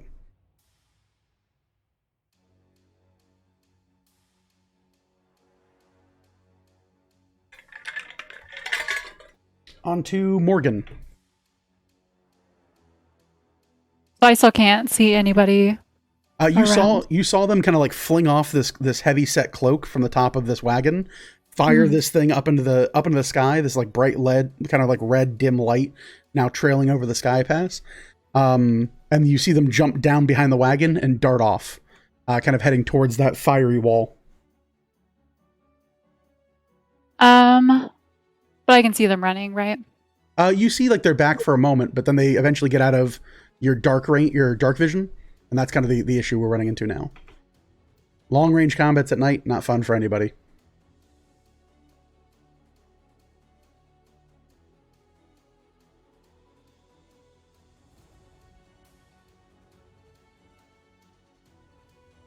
Can I roll another perception check to see if there's anybody like closer to us or? Sure. Go right ahead. Go ahead and get a bearing of your surroundings. 18. 18. Give it a once over, and now that this individual has started to kind of like hoof it towards this flaming wall, it seems as if you're left alone. This individual is likely a scout, meant to just make sure that no one else kind of stumbled upon the rest of their group. Cool.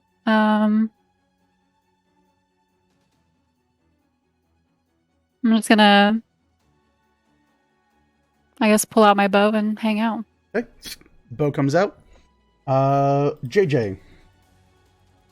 JJ will shift. Okay. And take a potion. Take the dodge action. She's gonna use one of her potions she has left. Potion of healing. No worries. And she'll get out of the middle of the area. Okay. But she'll keep an eye out for anything. All right. Keeping vigilant, moves out of the way of the group. Seems fine. Cobalt Jones, what would you like to do? I'm just going to start marching towards whatever direction I saw him run off to. Sure. You head northward towards the kind of fiery wall. Double move or single move? I'll do a single move, but I'll be fighting defensively. Okay, no worries there. So of the 80 foot that they were about away from you guys, you move up to within kind of like striking distance. So you're like 50 foot, which means you could move and attack the next turn if he was still there. But you keep vigilant eyes out on the open area. Velithil.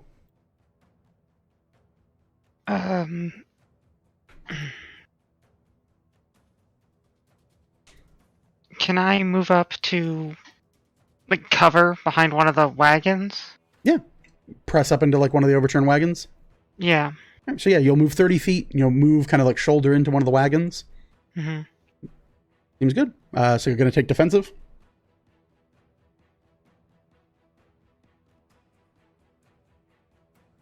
No, I'll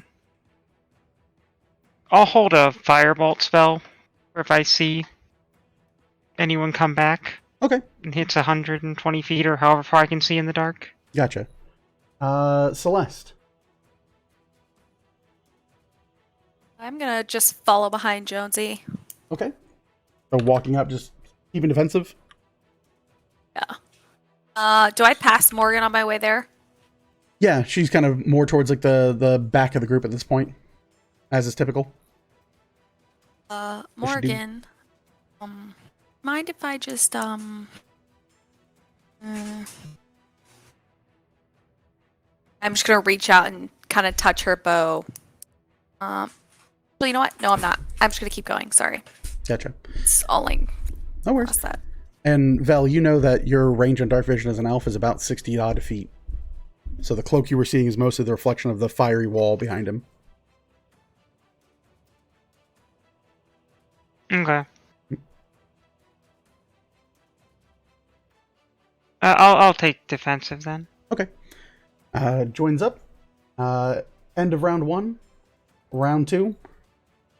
Individual seems to completely just run off. If you guys look further up ahead, you start to see kind of a bending in the fire as it kind of like opens for a moment, seeming like a section of it seems to close in on itself before it reignites. Morgan. Can I move up towards...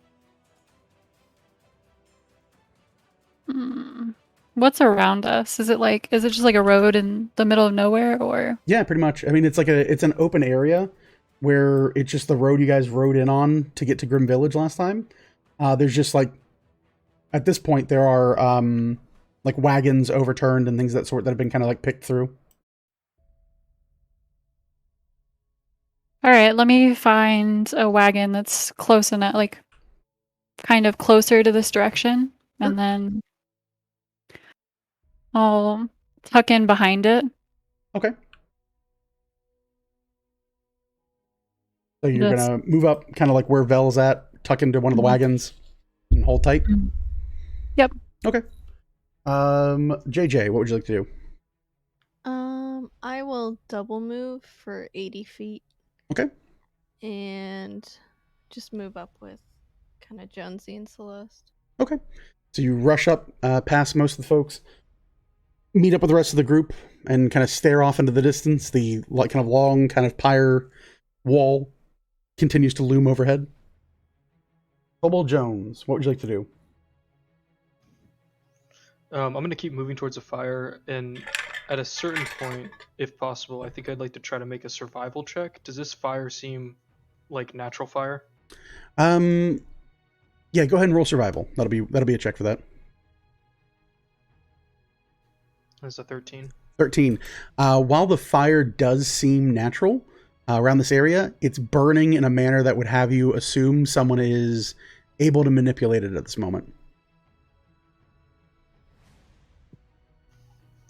Someone's casting some fancy spells! I'll just keep moving towards the fire, I guess.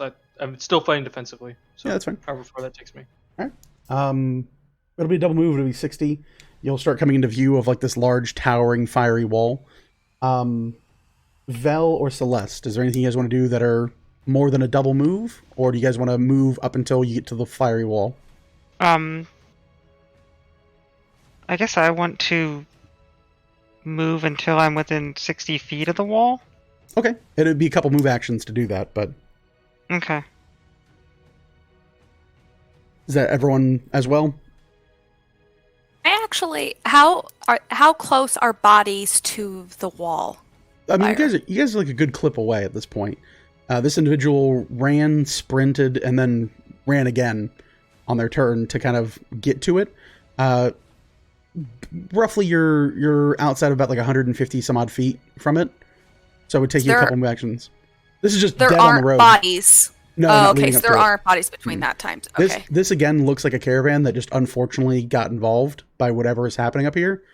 And these individuals, or this guy, seem to have just taken them out, rather than have people to question or harass them of any kind.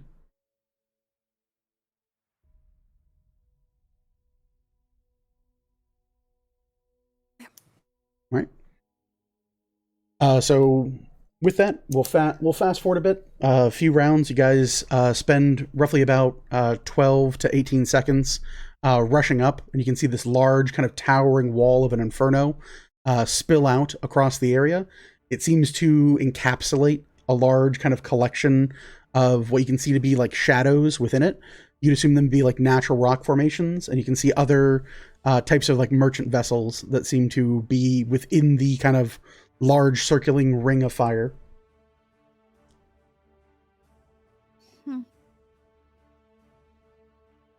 I could spell it if Kobold's pretty sure that it's magic. Well, I mean, I don't know if the I fire's can- magic. There's definitely magic going on here. I can find out if it's magical or not real easily. And I'll try and control flames. Sure. Go ahead and give me an Arcana check, as they are already currently being controlled.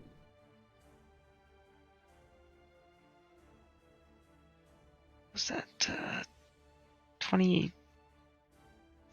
23. What are you attempting to do? You reach out with your spell, and as your kind of words leave your lips, you feel this kind of tether, this warmth across your fingertips that is kind of coincides with controlling flame. Like you feel like you have a grasp of the fire. I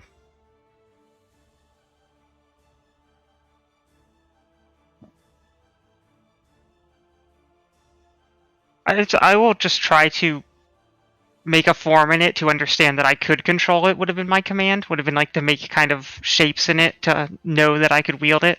Yeah, you immediately have that kind of just feeling of it. This connection to fire. I can open a path. All right. Well, I mean, I guess open it up then. You open up this path, and I'll open up a can of whoop ass. All right. Don't know how many are in there, and I'll try and open a way. Okay. You open a large way. Kobold Jones, I assume you're the first one through? Yes. Okay. We'll bring you guys up to speed here. What is your marching order? Who wants to be first after Kobold Jones? Well, after Jonesy. You go after Jonesy? Okay. JJ will be after Celeste. You'll be after Celeste? Okay. I'd probably be last to make sure that I'm able to keep it open for anyone else who's going in front of me. Okay. So Morgan, then you? Yeah. Okay. Kobold Jones, you step through this kind of like swirling vortex of fire, and you look out onto the kind of like open area of it. There is a large collection of stones that kind of like echo out and encapsulate much of this area. You see a number of wagons that have been laden thick with goods. Both of them are in kind of like remarkable shape. They're iron wheeled, and the undersides of them are made of like a strong metal. As you walk through, however, you hear the clicking of crossbows, and a 21 to hit. Yeah, that'll hit, and Okay. that's with me fighting defensive, right? Ooh, nope, I get to reroll. Bringing your shield up. Yes, still 1, 2, 3. 19 will miss, right? Yeah. 20. Okay. You kind of move through. The first one whizzes by your head. The second bolt hits against your shield. As you march through, you see these large kind of stone rocking formations, and there are a number of individuals that are kind of like crowding the space. You hear a large whistle kind of call out and kind of pierce the air, followed by this kind of like beating and sound of a voice that seems to boom out on the area. That sounds... Let me see, I don't know if I can get the... I thought about it, and I knew that if I set the alerts up on Twitch, you guys wouldn't be able to hear it, so I'm going to have to do this a little bit of a weird way. So here's what you hear kind of playing over. Achtung, Achtung, Triebwerke sind ausgefallen. So you hear this kind of like voice kind of boom over, like a loud kind of like recorded message. You then hear another individual kind of shout and goes, "Is anyone here? A way to shut that shit up!" And you see an individual kind of climb up onto a large stone rock formation and look over in your direction and kind of point down with a finger. And let's see here. Where did we put it? We did not put it there. Oh, we did. 1 minute. Doop, doop, doop.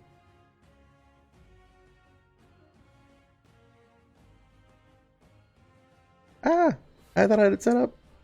It reverted. That's why you never control Z when you have anything prepared, because then it'll revert to the last picture you went to, and that's not great.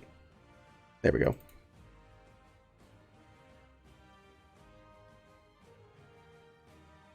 See if I can do this real quick.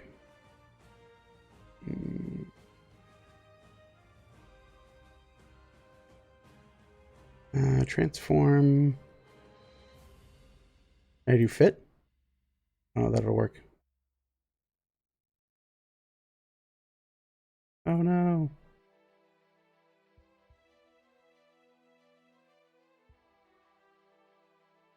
Oh, that'll work. Okay, give me 1 second.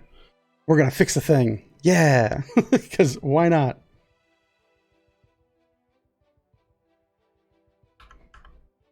This is like the joys and pains that come with live performances. There we go. Cool. You see this individual pop up from the other side of a large stone, drawing a longbow and kind of like angling down on you. They kind of call out and go, "What do we have here? A couple of lost people, it looks like. Seems you've met my man on the road. Turn back, and this can all just be an unpleasant memory." How many people can we see? Or can I see? Looking up ahead, you see them on a large rock, and then you see about 5 or so people that are currently angled down on your team, while 2 other individuals seem to be rifling through a number of things. In fact, let me show you. Let's do this. We're going to put this behind frames. There we go. And we're going to move this man down, and here, and Shrinky Dinks, and Shrinky Dunks. There we go. Yay, we did it. Okay, so with that, I should be able to do this, and I should be able to link. And please. There we go. Cool. So with that, you see this individual up on these rocks. You guys are down here. The 2 laden wagons. 3 individuals that all seem to have large spears. 1 gentleman who looks somewhat darkly familiar from the rocks. Another one up here on the rocks up here. And you can see 2 people kind of cast in firelight that are currently digging through the remnants of what appears to be various pieces of cargo and just like sprayed metallic. You look, and from the east of your position, there seems to be a long kind of trough drawn in the stone that something crashed and just slid along the ground here. Can't see like the meteor or anything like that, right? You look over, and there doesn't appear to be a large meteorite. From your current position, you can't see anything further than what this is. Okay. I am the forgetful, so as I pass through this wall of fire, I want to cast Mage Armor. Okay. You cast a mage armor on yourself. The individuals all kind of like start like talking amongst themselves. You hear the gentleman call to you again, goes, "No more of that. No more magic. Next one of you that casts a spell is getting an arrow between the eyes."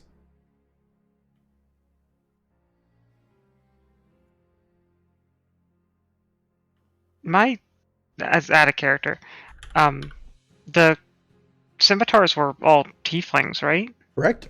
When you first met them, they were all tieflings. Okay.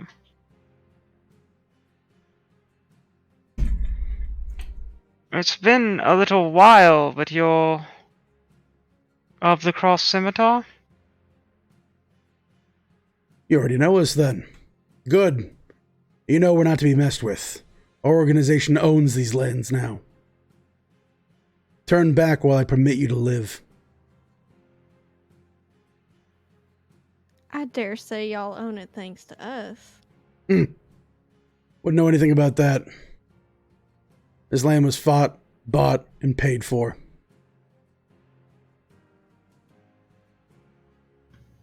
Does he seem scared? No, not at all.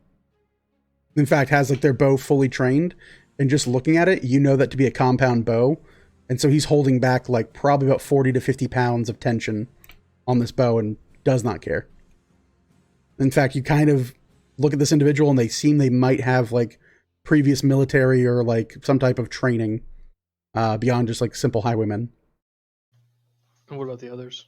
The other ones seem kind of like a mishmash. Of the three guys in front of you, they're holding long pikes, but they all kind of seem like, not to say like new recruits, because they seem like toughened and grizzled in a way, but they're definitely like smaller fry. Like they're kind of like not really sure. Like a few of them keep like grinning and laughing, but they seem to be like chuckling amongst themselves, taking steps like forward and backwards. There's a bit of nervousness, but it's less I'm afraid of you and more I can't wait to stab you kind of stuff. Like it's more like I'm gonna get him, that kind of stuff. Okay. And then the guys on the rocks. Can I even see them? You can see both of them. They're up here. Although their tokens are kind of blended in, but that's kind of their point.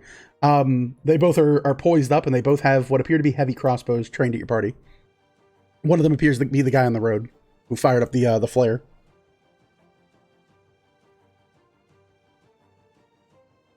I need that. Boop.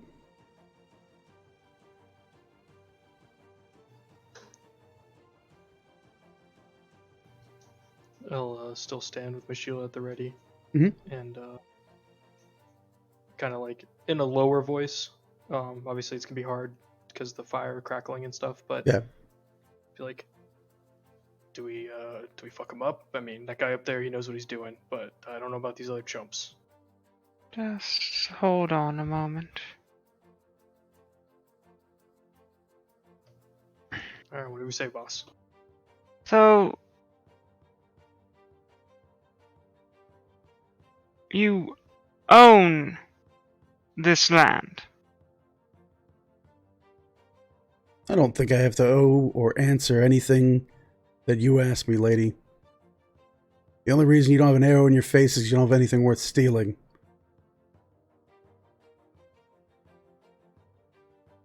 I'm giving you a gift.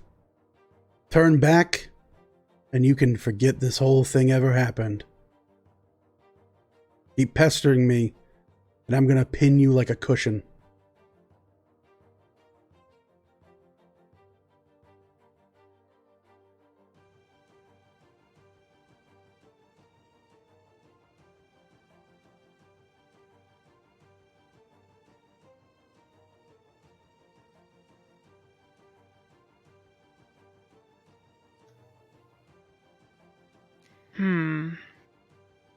It's kind of rude, but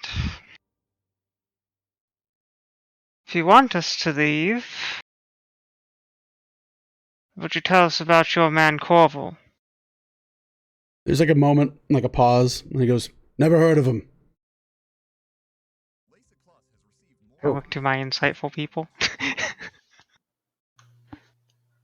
He's heard of him. I would say that he's heard of him.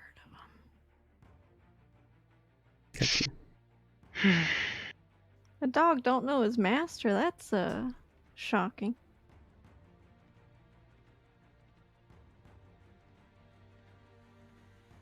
You see like the stoicness from this individual. One of the guys with pikes goes, "Master? The hell do you know about masters? Puh. Under their ass from their elbow. They're talking to the wrong guy." And you see one of them kind of like take a step forward.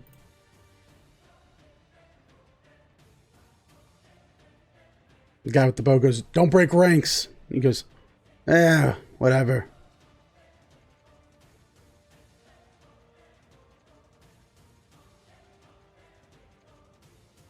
Seems like you can't even keep your own dogs on their leash. Shut your mouth. I'm gonna start walking towards that guy who stepped up. Okay. You take a step forward. You see an arrow loosen off from that. You're Still defensive, right? Yeah. Cool. Low roll. Where are we at here? I need my dang stats, Dad. Nope. Low roll is gonna be a 19. You see an arrow fire into the earth around you. The two crossbowmen will each take a shot at you. Oop, that's loud. First one's gonna be a miss, and second one gonna be a miss as well. So you see two bolts fire off from the side there. One arrow as the last kind of ready to action goes off. And with that, he goes, "Fine then, don't listen to instructions. Kill him!" And you see all of them kind of like rouse their weapons, seeming to like take take place of this. Starting us off for the top of the initiative after this is going to be Morgan. I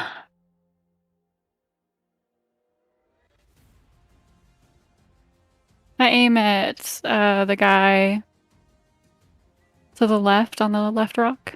Sure. This guy up here with the crossbow? Mhm. Sure. Go right I'm ahead. gonna steady aim it. All right. You plant your feet, pull your bow out, gave yourself advantage. Go ahead and roll to hit.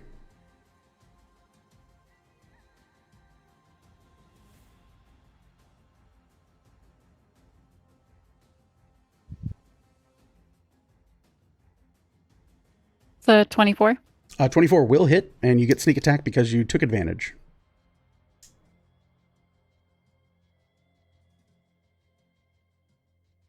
That's a 24 in damage too. 24 in damage as well. Okay.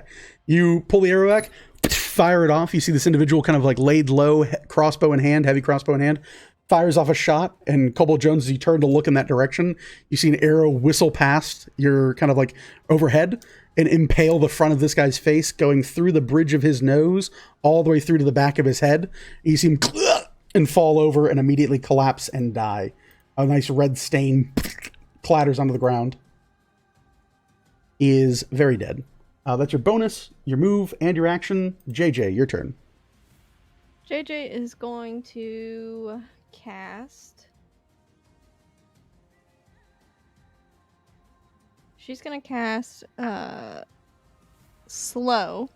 Okay. So that she hits Big Dog. And I think she can hit What's the radius on at it? least two. So it's a 40-foot cube.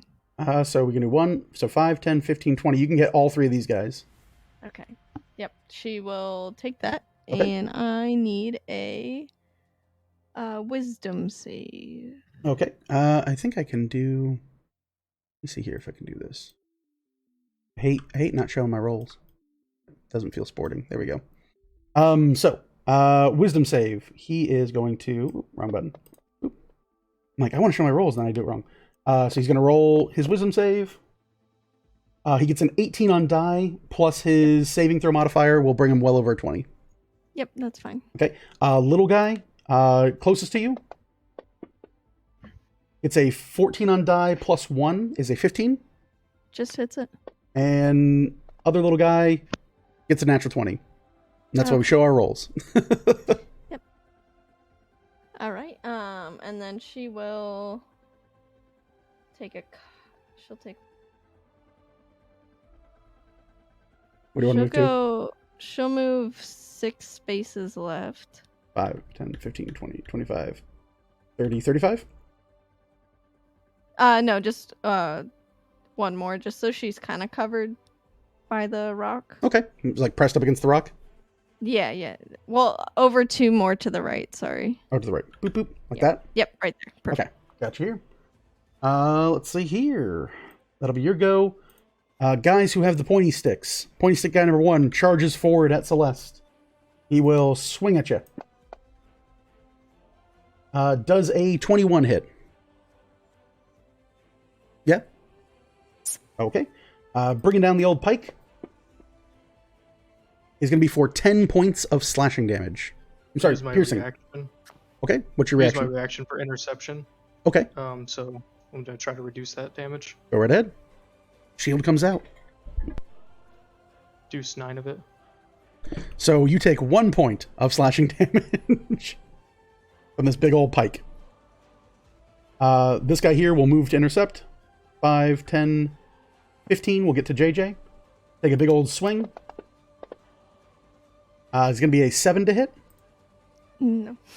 5, 10, 15, 20, 25 to Jonesy. We'll take a big old swing on you. Still defensive, right? Yeah, don't even worry about what I'm doing over here. Don't even worry about that. It's real hard to hit right now, okay? The struggle is real. Cobalt Jones, it is your turn now. Okay, so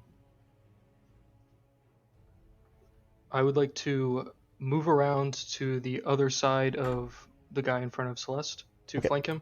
All right, so you're going to take a free strike? Yeah. Okay. So the other side of this guy, you take one free strike from the guy with the pike. 15 on dice is a 20 to hit flat. Yeah, if I don't still have the advantage, which I don't think I do. You only get it till the start of your next turn. Okay, hits. So this plus 3 is going to be for 11 points of slashing. It is non-magical. Nope. Okay, so 8. Yep. They wish it was magical. I'm going to then attack this guy. Okay, go right ahead. You have the advantage. That's a 19 on die. Yes. You tear through his chainmail. Quite splendidly, in fact. Actually, studded leather, even. Ooh, hate to see it happen to the rookies.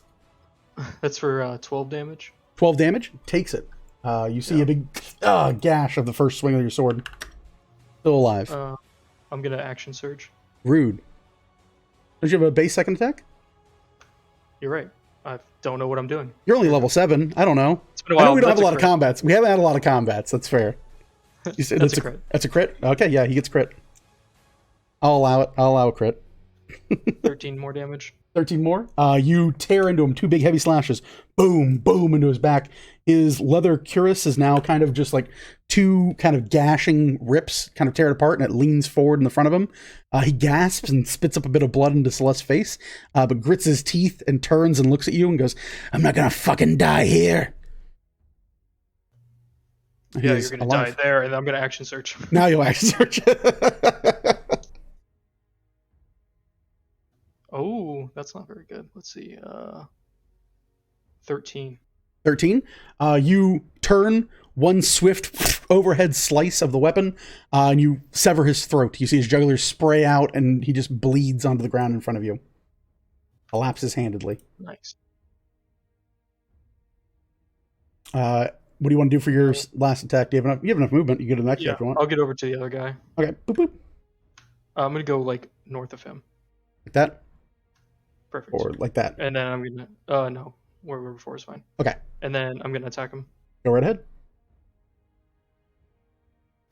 That's another crit.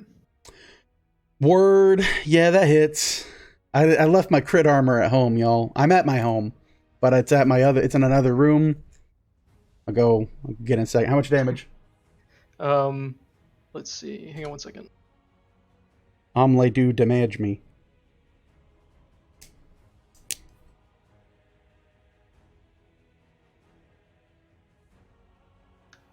I guess I'll add a goading attack on that too. Okay. Doubles the dice for the crit. Yeah.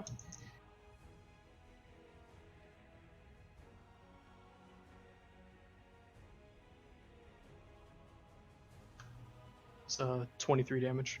23 damage. Yeah, big heavy swing. You knock the breath out of him, but he again does the same thing. He kind of grits his teeth and goes, "Ah, fuck you. This isn't how I go down."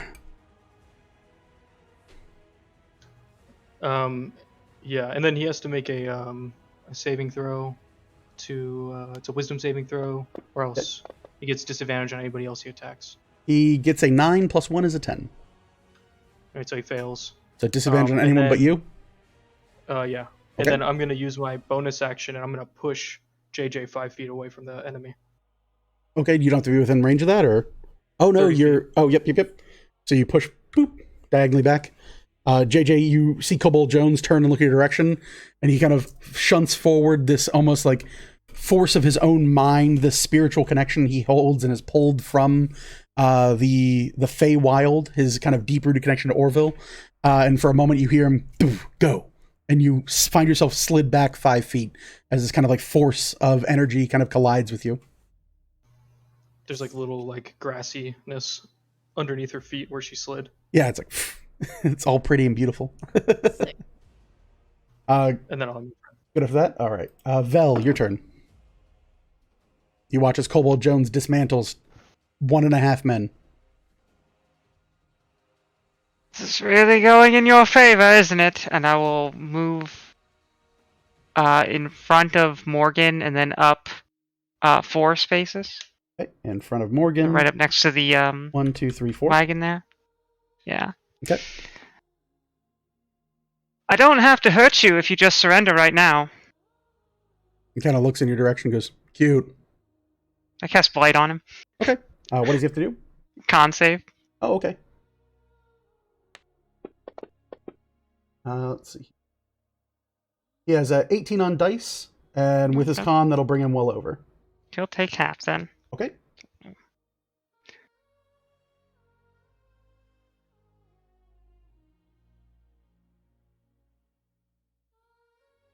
$18.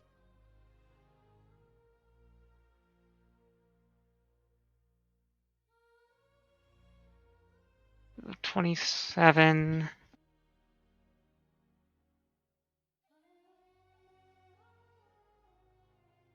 So he'll take 13 points of necrotic damage. 13 points. All right. You see him kind of grip his teeth and groan a bit as you see necrotic kind of wash over him. He goes, ugh. Think I've had worse from indigestion. Cute, though. It only gets worse from here. Hmm. Is that your go, Vel? Yeah. All right. You see him kind of shake a bit, turn and look, and kind of like look over the movement of the battlefield. He draws back the first arrow of his bow and aims down range and fires a shot at. We'll go for you, Vel. Since you just hit him with blight. That is gonna be 18 on dice. So it'll bring his total to 26. Oh, that might hit. Hey, I gotta ask with wizards. You never know. Yeah, shield I'm- and bullcrap. I'm not a spell slinger, spell dancer. Oh, the blade. Yeah, the blade. I'm so used to seeing that now. It's absurd. Oop! No, I want my dice. There we go. Poop. Oop. Dice. And 1, 2, 3, 4 of these. All right. So he's gonna come across for a total of 32 points of piercing damage from his first shot. Ow. Jeez. He hit you with his bow. I need you as well to make me. Oh, you're gonna get this, but an intelligence saving throw. Oh, okay. Yeah, I know. Super hard for you.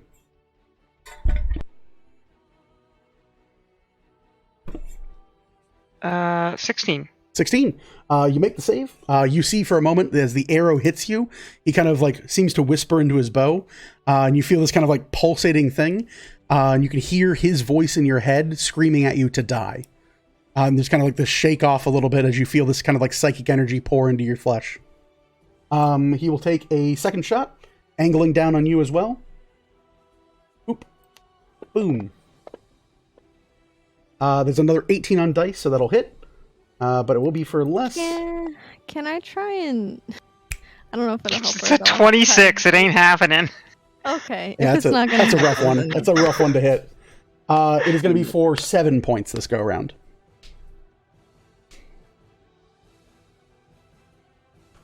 And that will be mostly his. He's going to move down. We'll do 5, 10, 15, 20, 25, 30.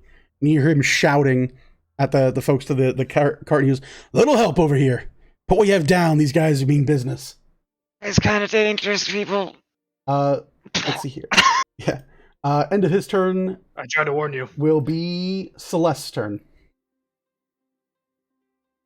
I tried to warn you. Yeah, cost blood. Can I move up to this guy? Right? Oh, The one with Jonesy?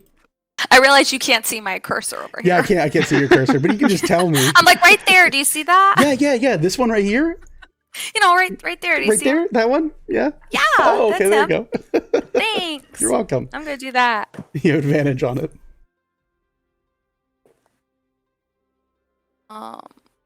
The 17 on dice. 17 on dice will hit. Okay. 100%. Just gonna roll for my second attack. You know what? Fuck. You gotta hit him twice? Roll the hit twice and then roll No, again I'm rolling my after? damage now. Sorry. Sorry. Oh, one at a time. Yeah. Adult here. Mm, Gonna be 12 damage. 12 damage. You bring the borrowed battle axe up to bear and strike true across the front of him. You hear him gasp as parts of the kind of like armored leather crunch into him and impale parts of his lungs. You hear him gasp, and then slowly he crumples and falls, dying. Pretty good, eh? So second attack on the corpse. Just straight on Jonesy. Oh, no. okay. Can I? The I betrayal. move to the left 2, Mm-hmm. Bink, bink. and then I'll swing on that guy. Go right ahead.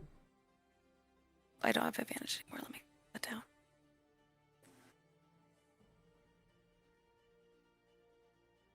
That's not good. I don't. That's a 14 to hit. A 14 will miss, shockingly enough. Sorry, guys. It's all right. That is. Make sure I don't have anything else. That is my turn. All right. That's my Brings turn. us to the top of the round. Be 5. Top of the round, you guys hear again another voice cut out, and you hear this message get played. Leck an der Treibstoffmatrix festgestellt. Bitte räumen Sie den Bereich. You hear it play out from the area, and it seems to call for some kind of action, but you're not quite sure what. Jonesy, what languages do you speak? Jonesy's a very learned man. He speaks Common, Draconic, Dwarvish, and Sylvan. Okay. There are hints of a language you might know, but it's not this one. You don't truly know it. Start of the round. Man with crossbow number 1 is going to aim down the sights and attempt to fire on JJ. That's going to be a crit on JJ. Okay.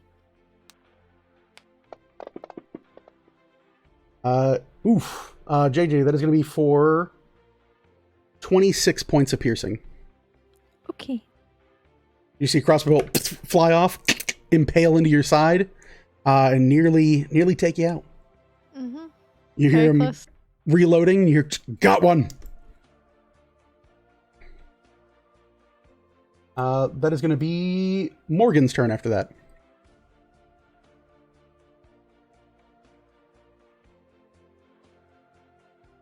All right. Let me just aim at this guy in front of Celeste. Sure. You take aim, gain advantage. Do I have a minute that I can shout out? Get the guy on the cliff. I don't think Yep. I can see him. He Hannah? is 5, 10, 15, 20, 25, 30, 35, 40, 45, 50, 55, 60, 65, 70, 75 feet from you. I can see him over the. He's Like up. the- He's elevated. He there? can see all you guys. You can see him. I was gonna give you guys more opportunity, but yeah, I'll take an aim at that guy. Okay. Go right ahead. Another arrow. 18. 18 does hit. You have sneak attack for aiming. Much like he.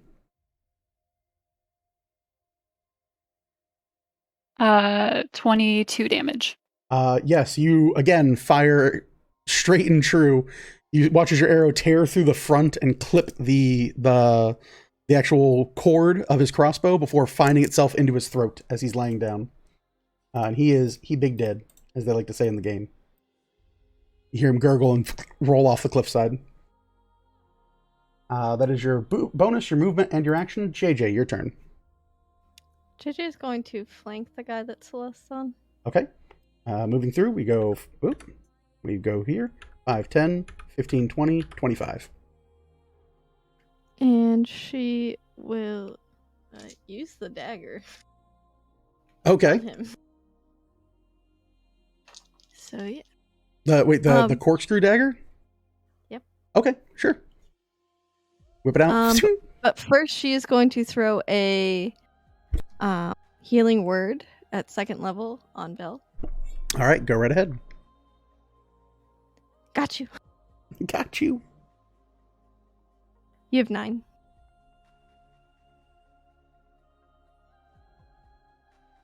And then she's going to attempt to stab this man. This man.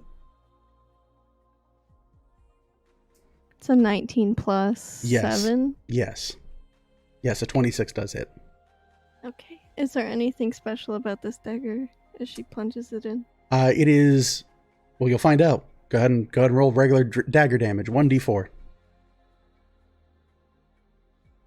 I'll roll this thing. 7? 7. You stab into the back of this man's kidneys. The point of it pierces in and moves up a bit. And as you go to pull it out, you hear a cracking sound, and you rip back a piece of like half of the dagger. Oh. Well.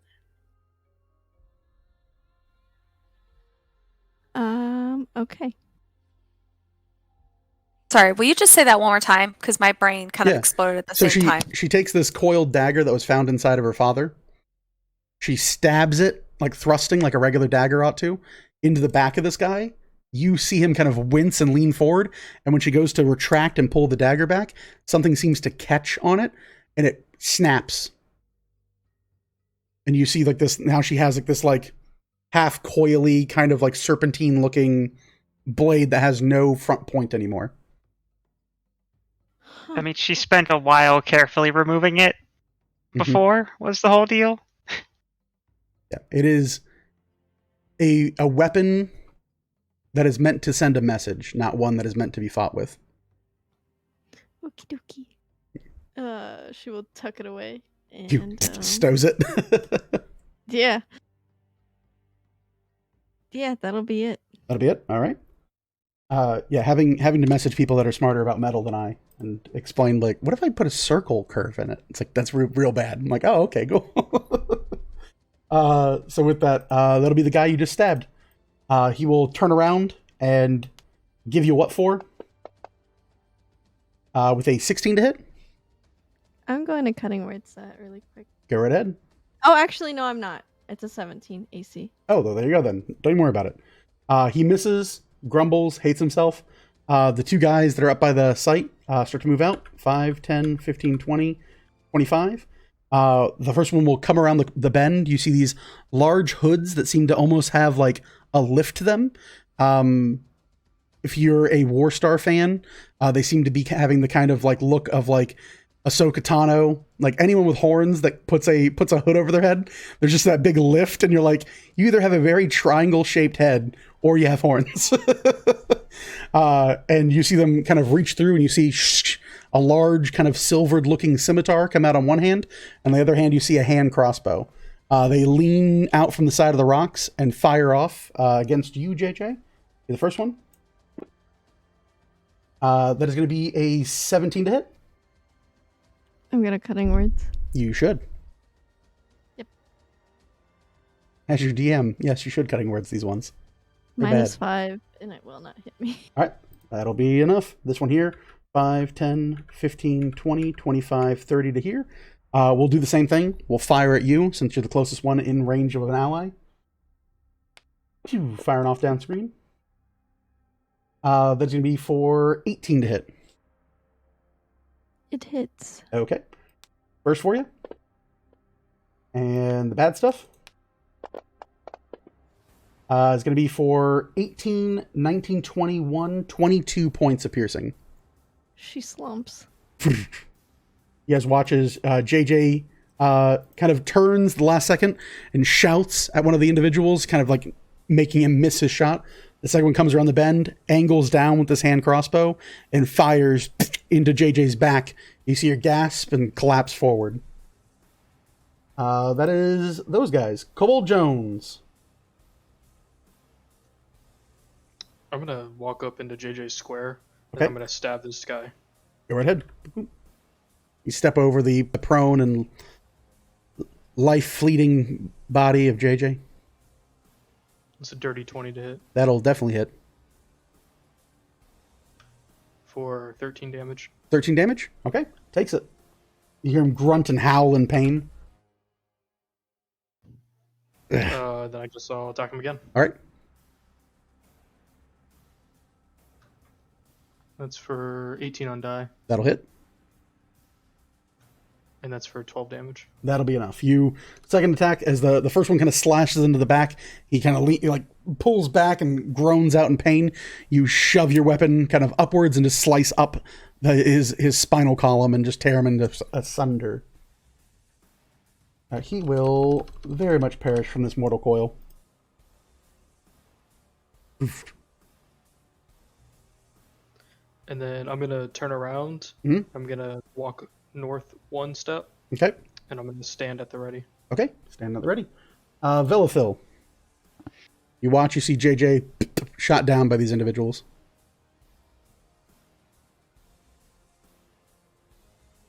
I'm going to upcast a hold person to try and get both of them. Okay. The 2 cloaked individuals? Yeah. All right. Go right ahead. So I would wisdom make save wisdom for save, them. right? Yeah. Okay. First one. 18 on dice plus 2 is a 20. Second one. 7 on dice plus 2 is a 9. Okay, well, he's held. Okay. Which one do you want it to be? The closest one or the furthest one? I forgot to denote. I'll let you pick.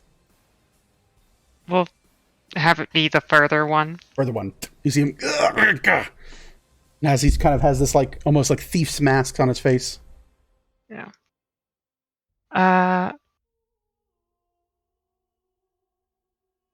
And then I will... Where's the boss guy? I can't see him right now. Yeah, he is on purpose. He is up on the range. Okay. I'll move to get as much cover as I can from the wagon. Okay. Have him shoot through a whole wagon? And them? Yeah. Okay. Works for me. Good to go after that? Yeah. All right.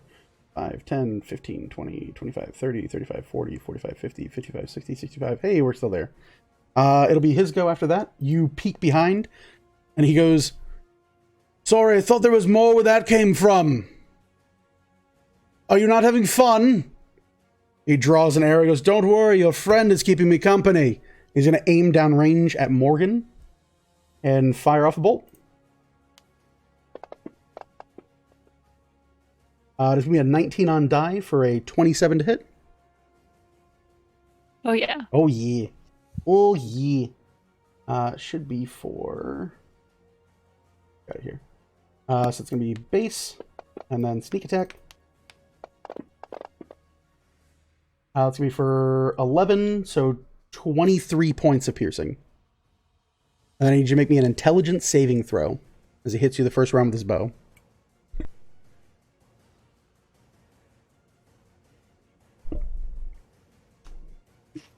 16? 16 makes it. You again feel this kind of like voice wander in, almost like this presence. As soon as the arrow hits you, you hear this die. And you go, no. And you just have this like shivering and shaking feeling.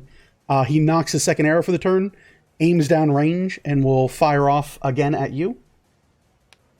Still has... Oop. It's going to be a 20 to hit. Will connect. Yeah. And will be for 12 points. Okay. That is his turn. Celeste, your turn. I'm going to step up and reach down and like grab JJ and lay on hands for standby. Mm-hmm. 15 points. 15 points, okay. You walk up, put the life of God back in her. Just kind of like stand her up. Okay. Let's not take naps, okay? We got things to do here. Yeah. She kind of like stays on her knees. Alrighty. Okay. And I'm gonna move.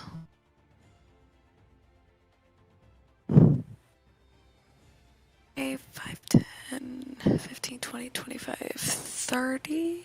Where do you want to go? That's what I'm trying to figure out. I don't know if Hold I on. want to go to the other side of this rock. Mm-hmm. You know what? I'm just gonna get up into this guy's. Sorry, I'm doing it again. You are, it's okay. Next to the rock on the left, can I go up to him? Yeah, this guy here? That's Yeah, that one? that guy. Yep, you walk right up to him.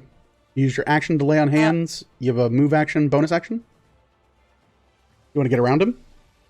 Can I do the backside of him so that if Jonesy wants to come up to the front of him, he Yeah. can? You get the diagonal. And that is my turn, because if I use hands as an action, I can't use... Correct. That's it. Morgan, It's your my turn. You look, you have two big-looking arrows stuck into your shoulders. Each one seeming to look for a headshot, but missing it just by a hair.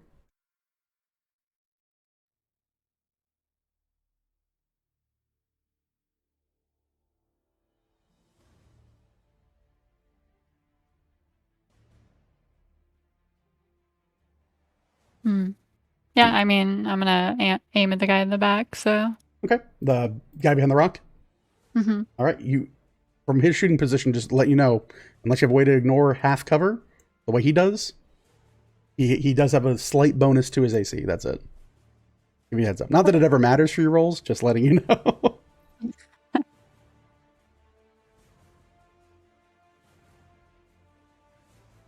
$25. Yeah, 25 with the bonus will still hit. You fire out, you loose off an arrow, his shoulder is exposed, your arrow impales into the side of him. Go ahead and roll damage.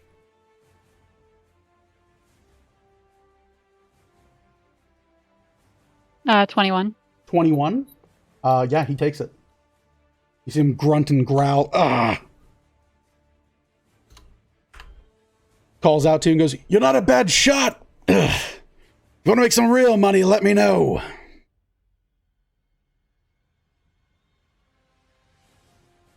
Is that your turn, Ward? I was kind of nod at him. And then... Give him a nod. Be like, yeah. Betrayal, my friends? Yeah. JJ, you are conscious on the ground. Okay. She will stand up. Get up, stand up. Spend half your move getting up. And I'm gonna look at Vel and Moore, and they look pretty rough, right? Yeah, Morgan has 2 arrows stuck in her.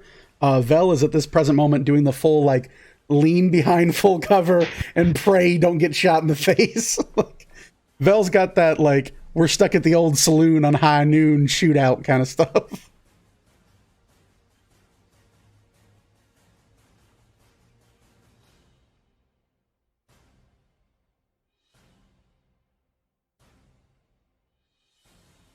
What would you like to do, JJ?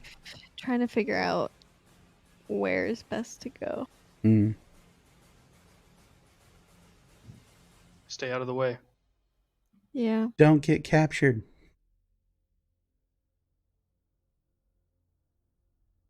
Trying to decide if healing mass heal right now is worth it, or if I should do it later. Well, if you do it later, you could be dead. I think I will go ahead and chonk off a mass healing word. I should be able to catch everybody in it. Sounds right. But I'll do that at level 4. All right. Go ahead and roll it. Yepers.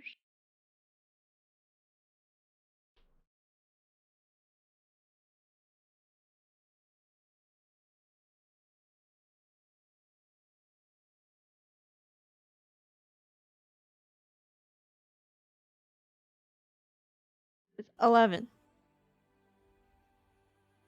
11 points for a mass heal, please. 11 points. A small ditty of the farm, and suddenly everyone feels a little bit refreshed. The winds of bardic change. She will scooch back behind that rock a little more. All right, full cover. Just like 3, yeah, yeah. And yeah, that'll be it. All right. Moving on is going to be the Stabby Boys. Stabby Boy Smith, you hear the one up here, Celeste, turn and kind of look to you. And you see these piercing, kind of like cold-looking eyes that radiate this kind of like... They almost look like there's like fire in their eyes. Like it kind of swirls and twists between this red and orange crimson. They heft up their short sword and bring it down on you. They will call. First attack's gonna be a miss, and second attack might be a hit. Is gonna be a 26 to hit. Okay. They didn't move, but they don't have advantage. I know. They're gonna come across for 7 points of piercing. You watch the scimitar up over their head. They swing it high. You kind of go and duck down low. As you move to duck down low, their offhand comes up with the hand crossbow and fires one into the front of your chest. You see it tink and impact fully. They seem to be adept at fighting in melee or ranged. The one from behind the rock will come over. 5, 10, 15. He'll make 20. a wisdom save at the end of his turn. Oh, right. He's still held. Oh, that's my fault. At the end of his turn, boop. +2 is going to be 15 on die. +2 is 17. Yeah, he breaks out at the end of his turn. He'll break at the end of his turn. That was my fault. I have them. There we go. Battlefield control. Cabal Jones. I would have gotten away with it too if it wasn't for you meddling mages. He was, I think, one further over, wasn't he? Probably. That sounds right. Boop. Okay, so first thing I'm gonna do is I'm gonna call out and I'm gonna say, Celeste, don't let him surround you. And then I'm gonna make a wide berth to go around the guy that just broke out. And Okay. I'm gonna double move to be in the face of the big bad. 5, 10, 15, 20, 25, 30. 5, 10, 15 to get in his face. Yeah, I'll be down one though. Boop. Like there? Yep. Okay. And then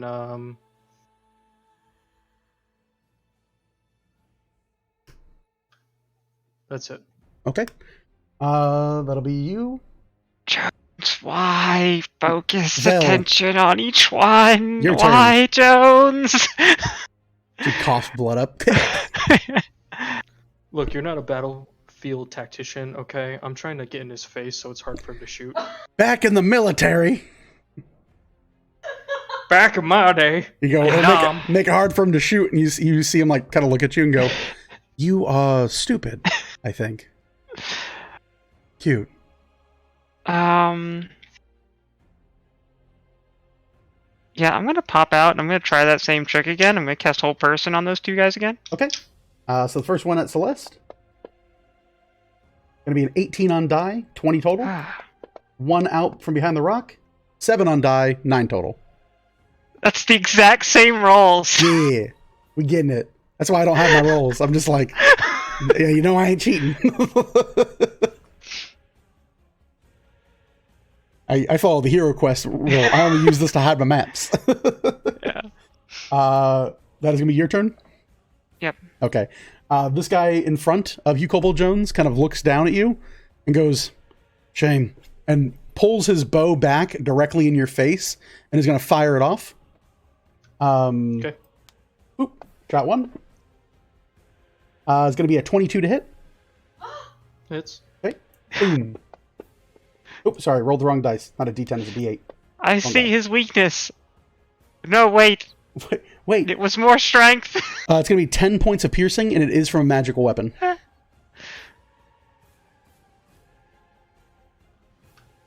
And then I need you to make me a intelligence saving throw, as you've been struck by one of his arrows. 16. 16, you make the save. He'll take, at that point, he needs to focus. So he's going to move, and since he's made an attack on his turn, he cannot be free struck. Oh, that works. Do you have Sentinel? I don't. I thought about it. Oh, but- okay. You don't have Sentinel then. Okay, so yeah, he'll use his mobility. He will fire off one shot so long as he's made an attack. You can't take a free strike. So he'll do 5, 10, 15, 20, 25 to here. Aim down and fire on Celeste. That is going to be a 18, 19 to hit Celeste. Will hit. This one will hurt. Or not. I rolled a 1. So it's going to be 15. That is going to be 19 points of piercing, Celeste.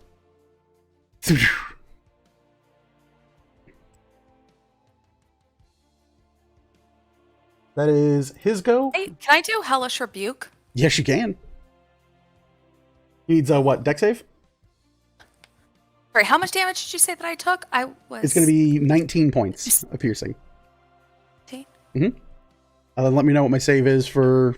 I think Hellish Rebuke is Dex. Like, I have it right here. It's Dex. Yeah. I have it right here in this guy's stats.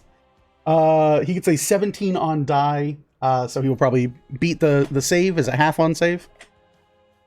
That's half. Okay. So, It is a dexterity saving throw, right? So don't Yes. bother rolling. Okay. Boy's a rogue. He's a mean boy. Okay. That is going to be his go. That is going to be Celeste, your actual turn. You find another arrow in your shoulder.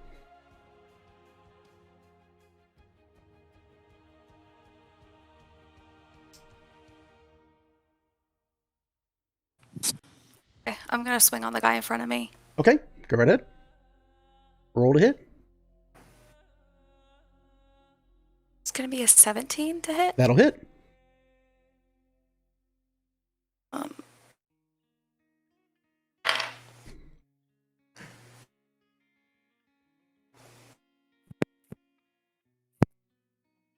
Seven damage.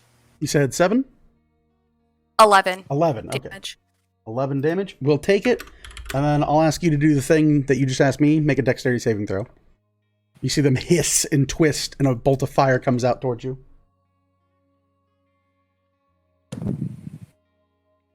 Yeah, 17. 17 will make the save. So it'll be 2d10 halved. 1 fire damage. As I rolled a 2 on 2d10. That's gonna be a 16 to hit. 16 will also hit.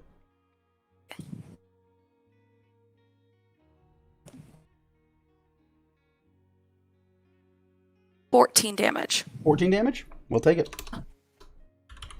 You see them grunt and groan. Ugh. My turn. That's your turn. Start of the round. Morgan. You hear bow, bow, bow echo off from the area, and it is your turn.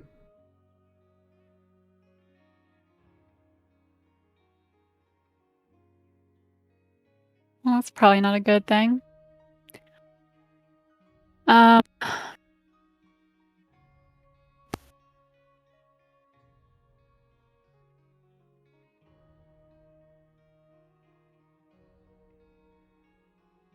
can I see that guy in front of Celeste?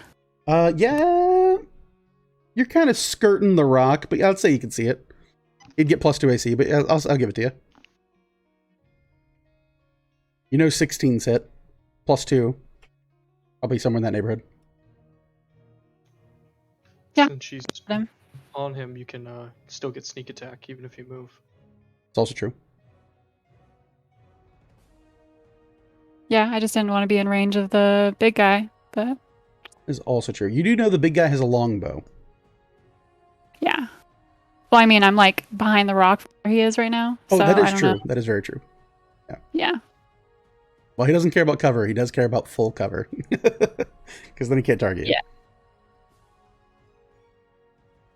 So I'm just gonna stay here. Okay. And then Fire on aim the attack. so. Yeah. Go right for it. You have advantage. Plant your feet.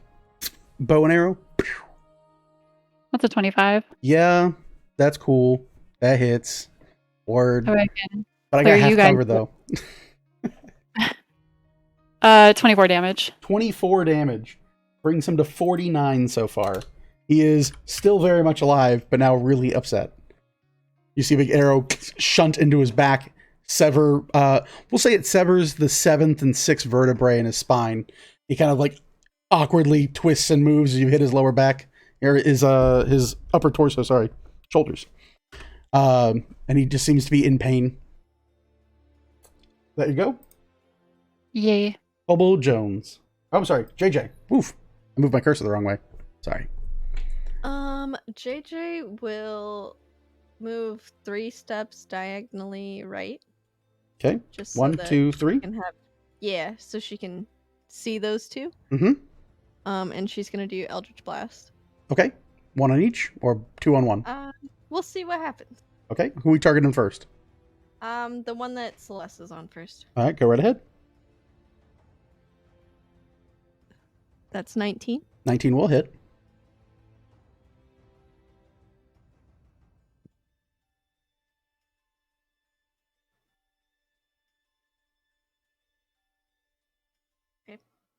That's for 1 whole damage.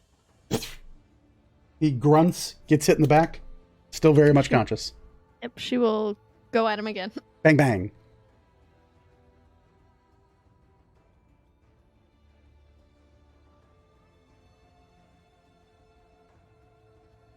16. 16 will hit.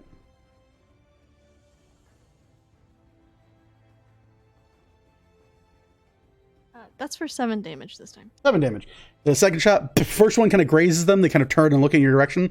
The second one you fire off, boom, big steady hit, crashes into their back, and they crumple forward into Celeste's arms. All right. And then she is gonna dodge back behind, or just slide back behind. Pink, pink, pink. She would. That there? Okay. Now it's their go. Guy makes a wisdom save at the end of his turn. 15 plus 2 is 17. I think that's the exact same roll again. We're doing it. We got there. Kobold Jones, your go.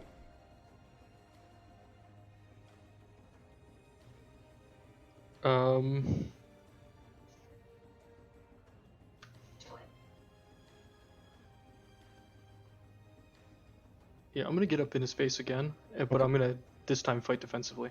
Okay, so 5, 10, 15, 20, 25 to get to him? Down 1, yeah. Okay, down 1, boop. And you're just going to defensive? Yep. Okay. Vel, your turn. Okay.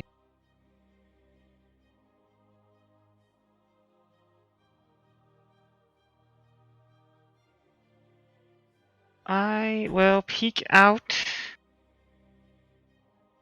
and send a magic missile at 2nd level at the hooded fellow that still remains. Okay, go right ahead. How much damage?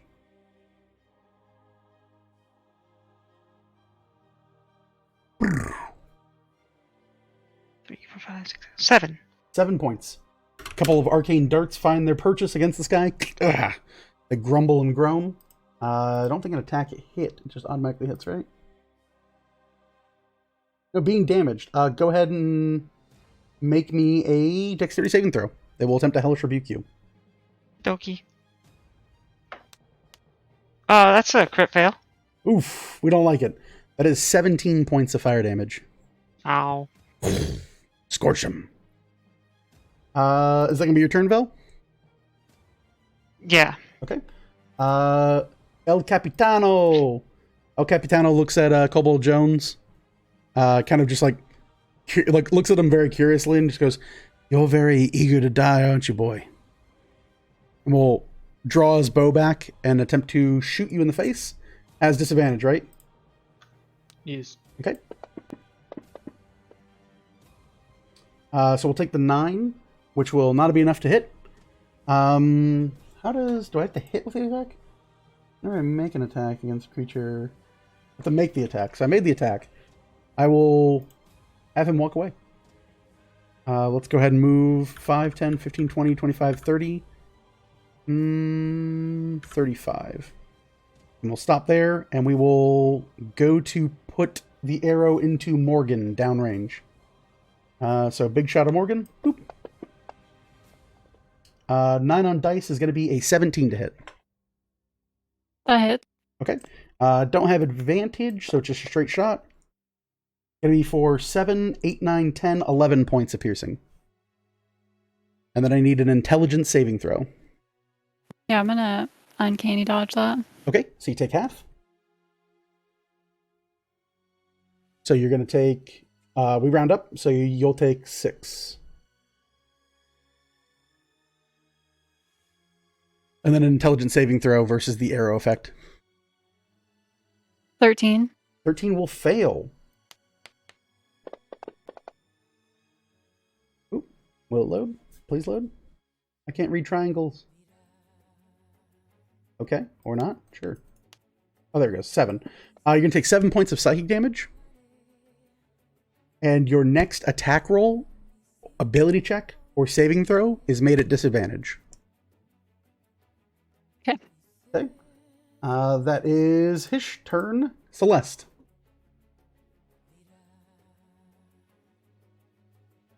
I'm gonna move up to that broke free of hold person. Boop, this guy.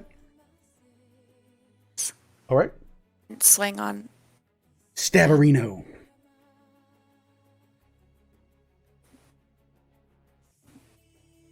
crit. Did you crit him? Did. Oh god. I need You know what to do to the bunny! Yeah, I need an emote that's just a melted chocolate bunny or something. I can just spam on screen. Okay, we're gonna do that. Gosh, I feel like I haven't crit in so long. This is weird for me. It's painful. It's pain. I'm going to smite him. Oh, are you? That's so uncharacteristic of paladins to smite when you crit. Why don't we just have a gentleman's agreement? I won't smite you, you don't smite me. How about I smite you, but you don't smite me? Well, I can't. I'm using rogues right now, so yeah, I guess I can't do that. All right, I take the deal. worked out then. That worked out.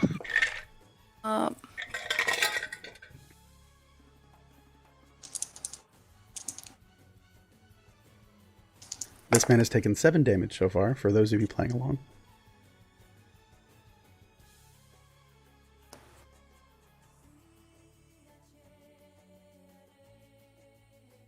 Oh, I forgot I have to double. Yeah. Yeah. Yeah, crits are cool. Crits are neat, aren't they? Hi, folks. It's me, Grimsamir, here to tell you about why paladins are bullshit. Their saving throws are really high, and they also are one of the highest damage dealing classes in the game. Just thought I'd let you know. Paladins are bullshit. Okay. Yes. 42. Hi. It's me again, Grimsamir. Happy to tell you that this motherfucker survived. 49 damage. Takes it. Right. Bullshit. You see a big heavy swing of this battle axe. You got a second Boom. attack. Just hit him. Don't remind her. I thought I was Get gonna my get away world. with it. I was gonna get away with it. All right, go ahead. Take your Same stupid number. JJ finished one of these off. second bullcrap. 23 Smite to him hit. again. Did you say 23 to hit? Yeah, sorry. This one's in double, triple plate mail, so it hits. All right. Yeah. Sweet. What? Your rolls are all 20 something to hit tonight too, so it's at least it's even. Yeah, I guess so. It's just a high damage combat. 13 damage. Yeah. Yeah. Yeah, I'm just removing the token, but not because you killed him, just because he's not here anymore. He evaporated. He ascended. On vacation. Ascended, yeah. So yeah, you rush up behind him. The guy turns, scimitar and hand crossbow in hand. The first one uppercuts straight through. You see it go underneath his armpit, clip, and rip, and you see his arm soar overhead. You tilt and twist, and you you kind of like move and put power into your hips. And as you twist into it, you just bring the axe in like a kind of a semicircle and just cleave him in twine. The axe hits against the stone that you're beside, and with this kind of like satisfying clang sound, and you just see him fall into 2 pieces and crumble into the ground. Very dead, very murdered. But I expect you to have been keeping track. But how much movement? That would have been left? 5, 10, 15, 20 foot. You want to move 10 foot forward more? Pink? Closer. And that'll be your turn? Yes, but can I move 10 feet diagonal, not straight up? I'm sure. trying to cut him off. Like this? Sorry, I'm looking More like at the that? wrong. Yes, perfect. Yes, Okay. perfect. Gotcha, Wrong gotcha. screen. No worries. That'll be your turn. Start of round 7. Morgan, you can hear. Bow, bow, bow, bow. What do you want to do? Is that just like everywhere, or is it like coming No. from a specific At this spot? point, it's echoing like super loud.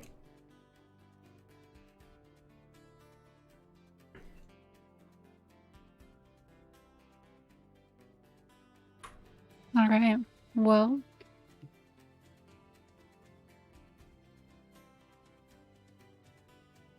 All right.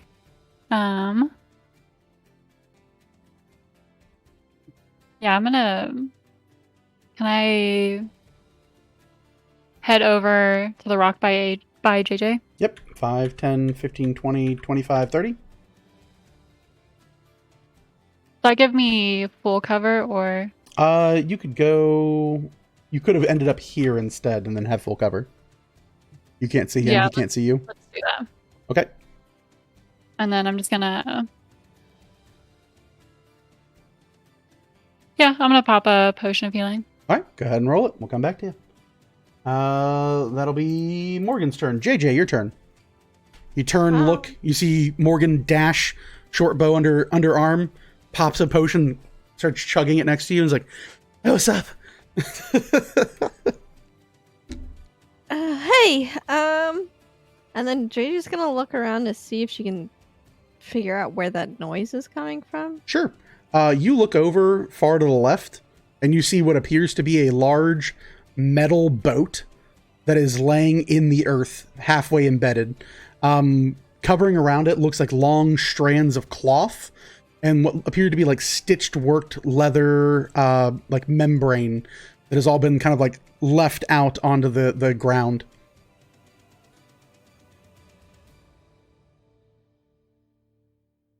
I'm a little concerned about that noise, but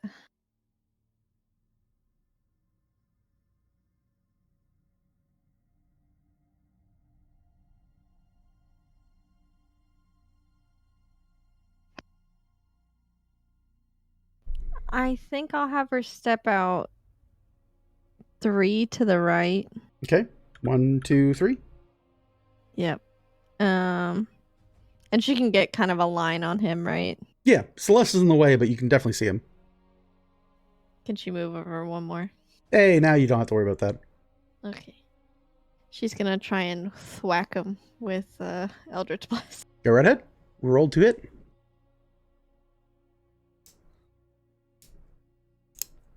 It's an 18 plus 7. That'll hit.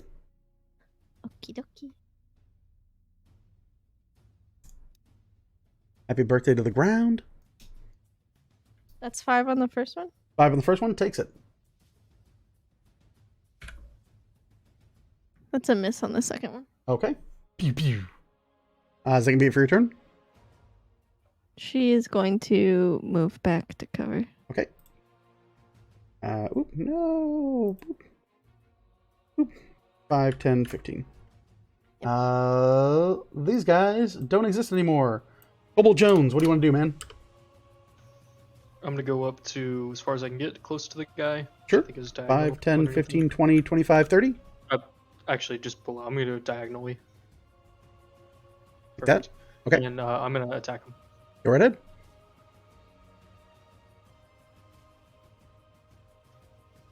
It's gonna be a 17 to hit. 17 will... I think that will hit.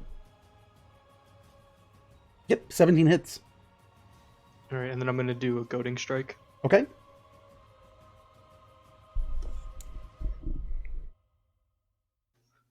So that's 12 damage, and then he has to make a 15 Wisdom saving throw. Okay. Wisdom save, you said? Yes. He is going to be looking at 16 on the wisdom save. All right. Yep, he's got it. Okay. And then I'm going to attack him again. Go right ahead. As you should. It's going to be a dirty 20. That'll hit. I'm going to do another goading strike Okay. for another 12 damage. He takes it to the nose. 2 big heavy swings. And then Slicing I'm into going him. to I'm going to use bait and switch. Okay. Oh, actually no, I don't. I don't have any more movement. Oh. That's it. Okay. Gotcha. That'll be Cobalt Jones. Velithil.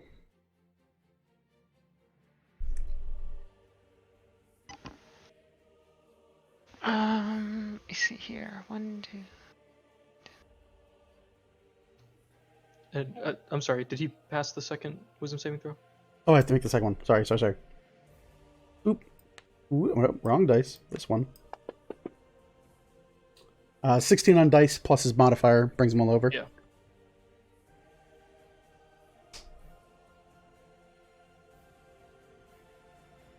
Should I try and go look at this boat? It's a pretty nice boat. That's fine.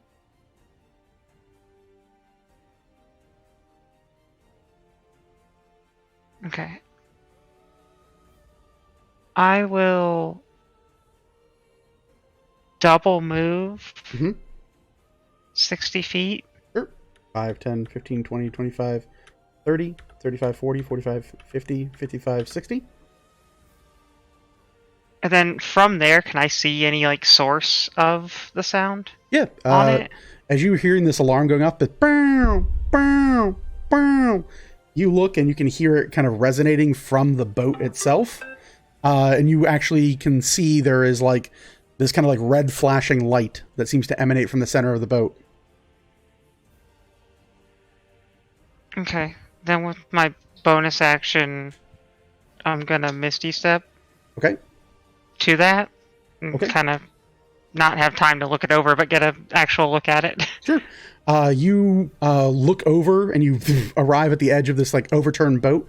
As you kind of peer inside, like the kind of the dip of it, you look and you can see this broken mass. There's a number of large kind of mechanical looking devices that are strewn and laid out. It looks as if most of the treasure chests are all kind of laid around and strewn from this area. It looks as if the ship had a very heavy crash landing, and there is about medium to medium small size golem that is laying in this kind of like boat. This big heavy armored like manufactured looking golem. Is this boat also what's at the end of like the crash spot? Oh, yeah, this is a crater you're kind of into. Okay. It looks as if it landed and impacted the earth, and there's a big drag line that seems to go all the way through this area, hitting these rocks and then tipping over. Okay. Is the sound coming from the golem?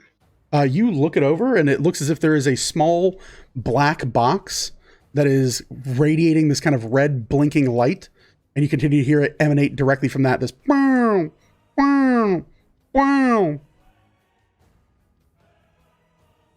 Okay. From where I'm at, I can't get a judgment if that would be like if there's a way to turn it off or anything. Probably not. Okay. That's all my turn then. All right. Boy in the front cannot attack anyone other than Kobold Jones, right? No, he succeeded, so. Oh, he can attack whoever wants then. I don't want to get free shook. He doubles. That doesn't matter. Well, we'll do the same. If it ain't broke, we don't fix it. We will. Actually, we're just gonna try to take people out. He plants his feet, and you see him take aim and dial down. And he's gonna try to take a strike against you, Kobold Jones.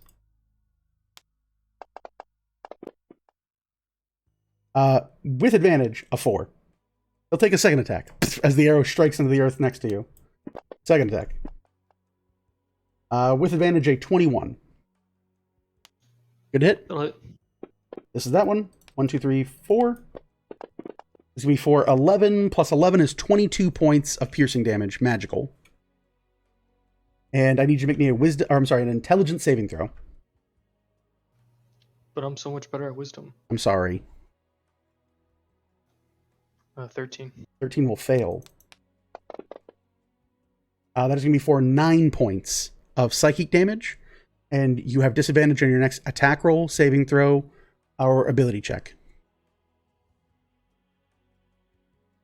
That is going to be his turn. He digs his feet in, kind of looks and kind of braces. Celeste, your turn. Gonna go around to the back side of him, so that way be flanking. Sure, go right ahead. And then I'm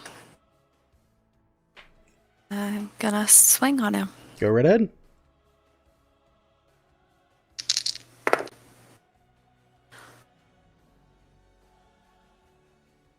Be mad, Kay.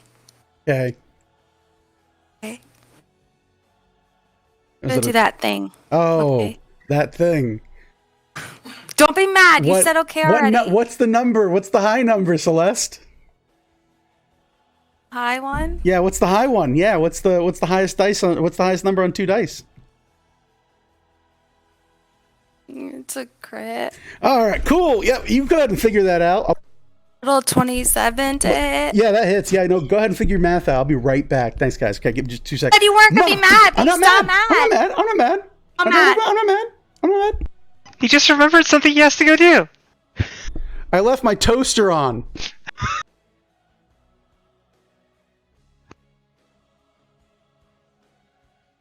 To have a paladin and a fighter. Is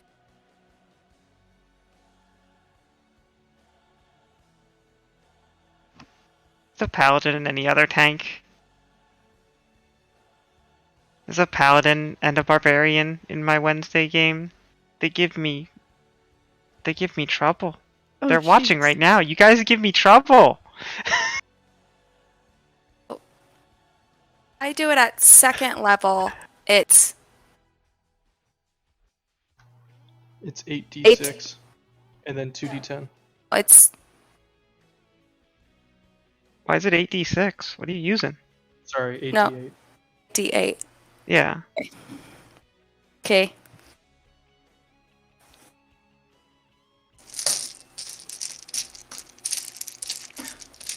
We're back. We're still working over here. That's fine. No, that's fine. Yeah, that's fine. How's the toaster? The plug doesn't reach the bathtub, so I think I'm good.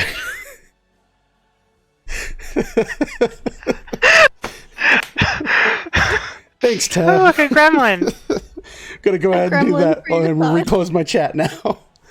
Waited to see all the cheers for the horrible crit that's coming my way. Oh, cute puppy. Oh, Nova. I love the party because it's just like there's like 3 of you that can all high roll, and I'm just like, oh, this is awful. Like a Morgan crit, awful. Celeste crit, awful. Velithil on any of the attack roll crits, awful. A. Yeah. 68. It's 68 damage. Okay, so far he had taken 63 damage the whole fight. He will now take 68 damage, and so have you ever watched what happens to a body during a test of a nuclear device? Oh, but I know it's bad. Yeah, and yeah. I'm going to be honest. You sound a little mad. No, I'm not mad at all. I do, however, need Kobold Jones to make me a dexterity saving throw. Viscera. That is going to be a dirty 20. A dirty 20. You move out of the way. You see Celeste cock back, swing this dwarven battle axe, and you see radiant energy. Oh shit! Bursts through the hilt all the way to the blade. It radiates, and for a moment you hear the ah, and as it contacts the guy's skin, you hear it tear and rend into the side of his armor, burning away what little bit of resistance he was left offered by it. As you dispose and release this holy energy, you feel it detonate deep within the pit of his stomach, and he just blows out the back as flames and celestial energy pours through him, and he is just left as a chunked piece of skeletal remains. Dude, you were right. Battle axe is so good. What a good weapon! I'm not sure that's the dwarven in it. Oh my goodness. So yeah, combat is over at this point. With that, we are a bit past time. So we'll say here, I will pick up, we are at round... That was the end of Celeste's turn. We're at round 8. So we have one more audio to play real quick. I have it already recorded. Where's it at? Here we go, this one. It's counter-terror. Restore. Höhlenstruktur beschädigt. Bitte räumen Sie den Bereich. Plays through. You hear this emanate from the black box that you're looking over, Velithil. And that is where we're going to call it for this week and for the next week, because I promised I would try to keep it as close to 10 this time. I felt bad last time. But that's a great place to stop, guys. So yeah, we're going to stop here and have some fun. Before we go, Yo. did the voice is it infernal or abyssal? It is neither infernal or abyssal. All right, cool. Cliffhanger. Sorry, guys. Cliffhanger. Where's Buddy when we need him? Where is Buddy? Oh, he's helping your demon friend. And we are going to go ahead and raid my demon friend. Their name's Kara. They're cool. Yeah, they use the they-them pronoun, so watch yourselves. But yes, folks, it's been another beautiful edition of Second Wake, Year 2, Episode 2. Awesome stuff. golems and giant, falling ships. That's what they do. Yeah, that's a thing. Anyway, guys, I've been Kareem Zamir. Boop. They've been the Seekers Galanti. This has been Second Wake. We'll see you in 2 weeks. Peace out.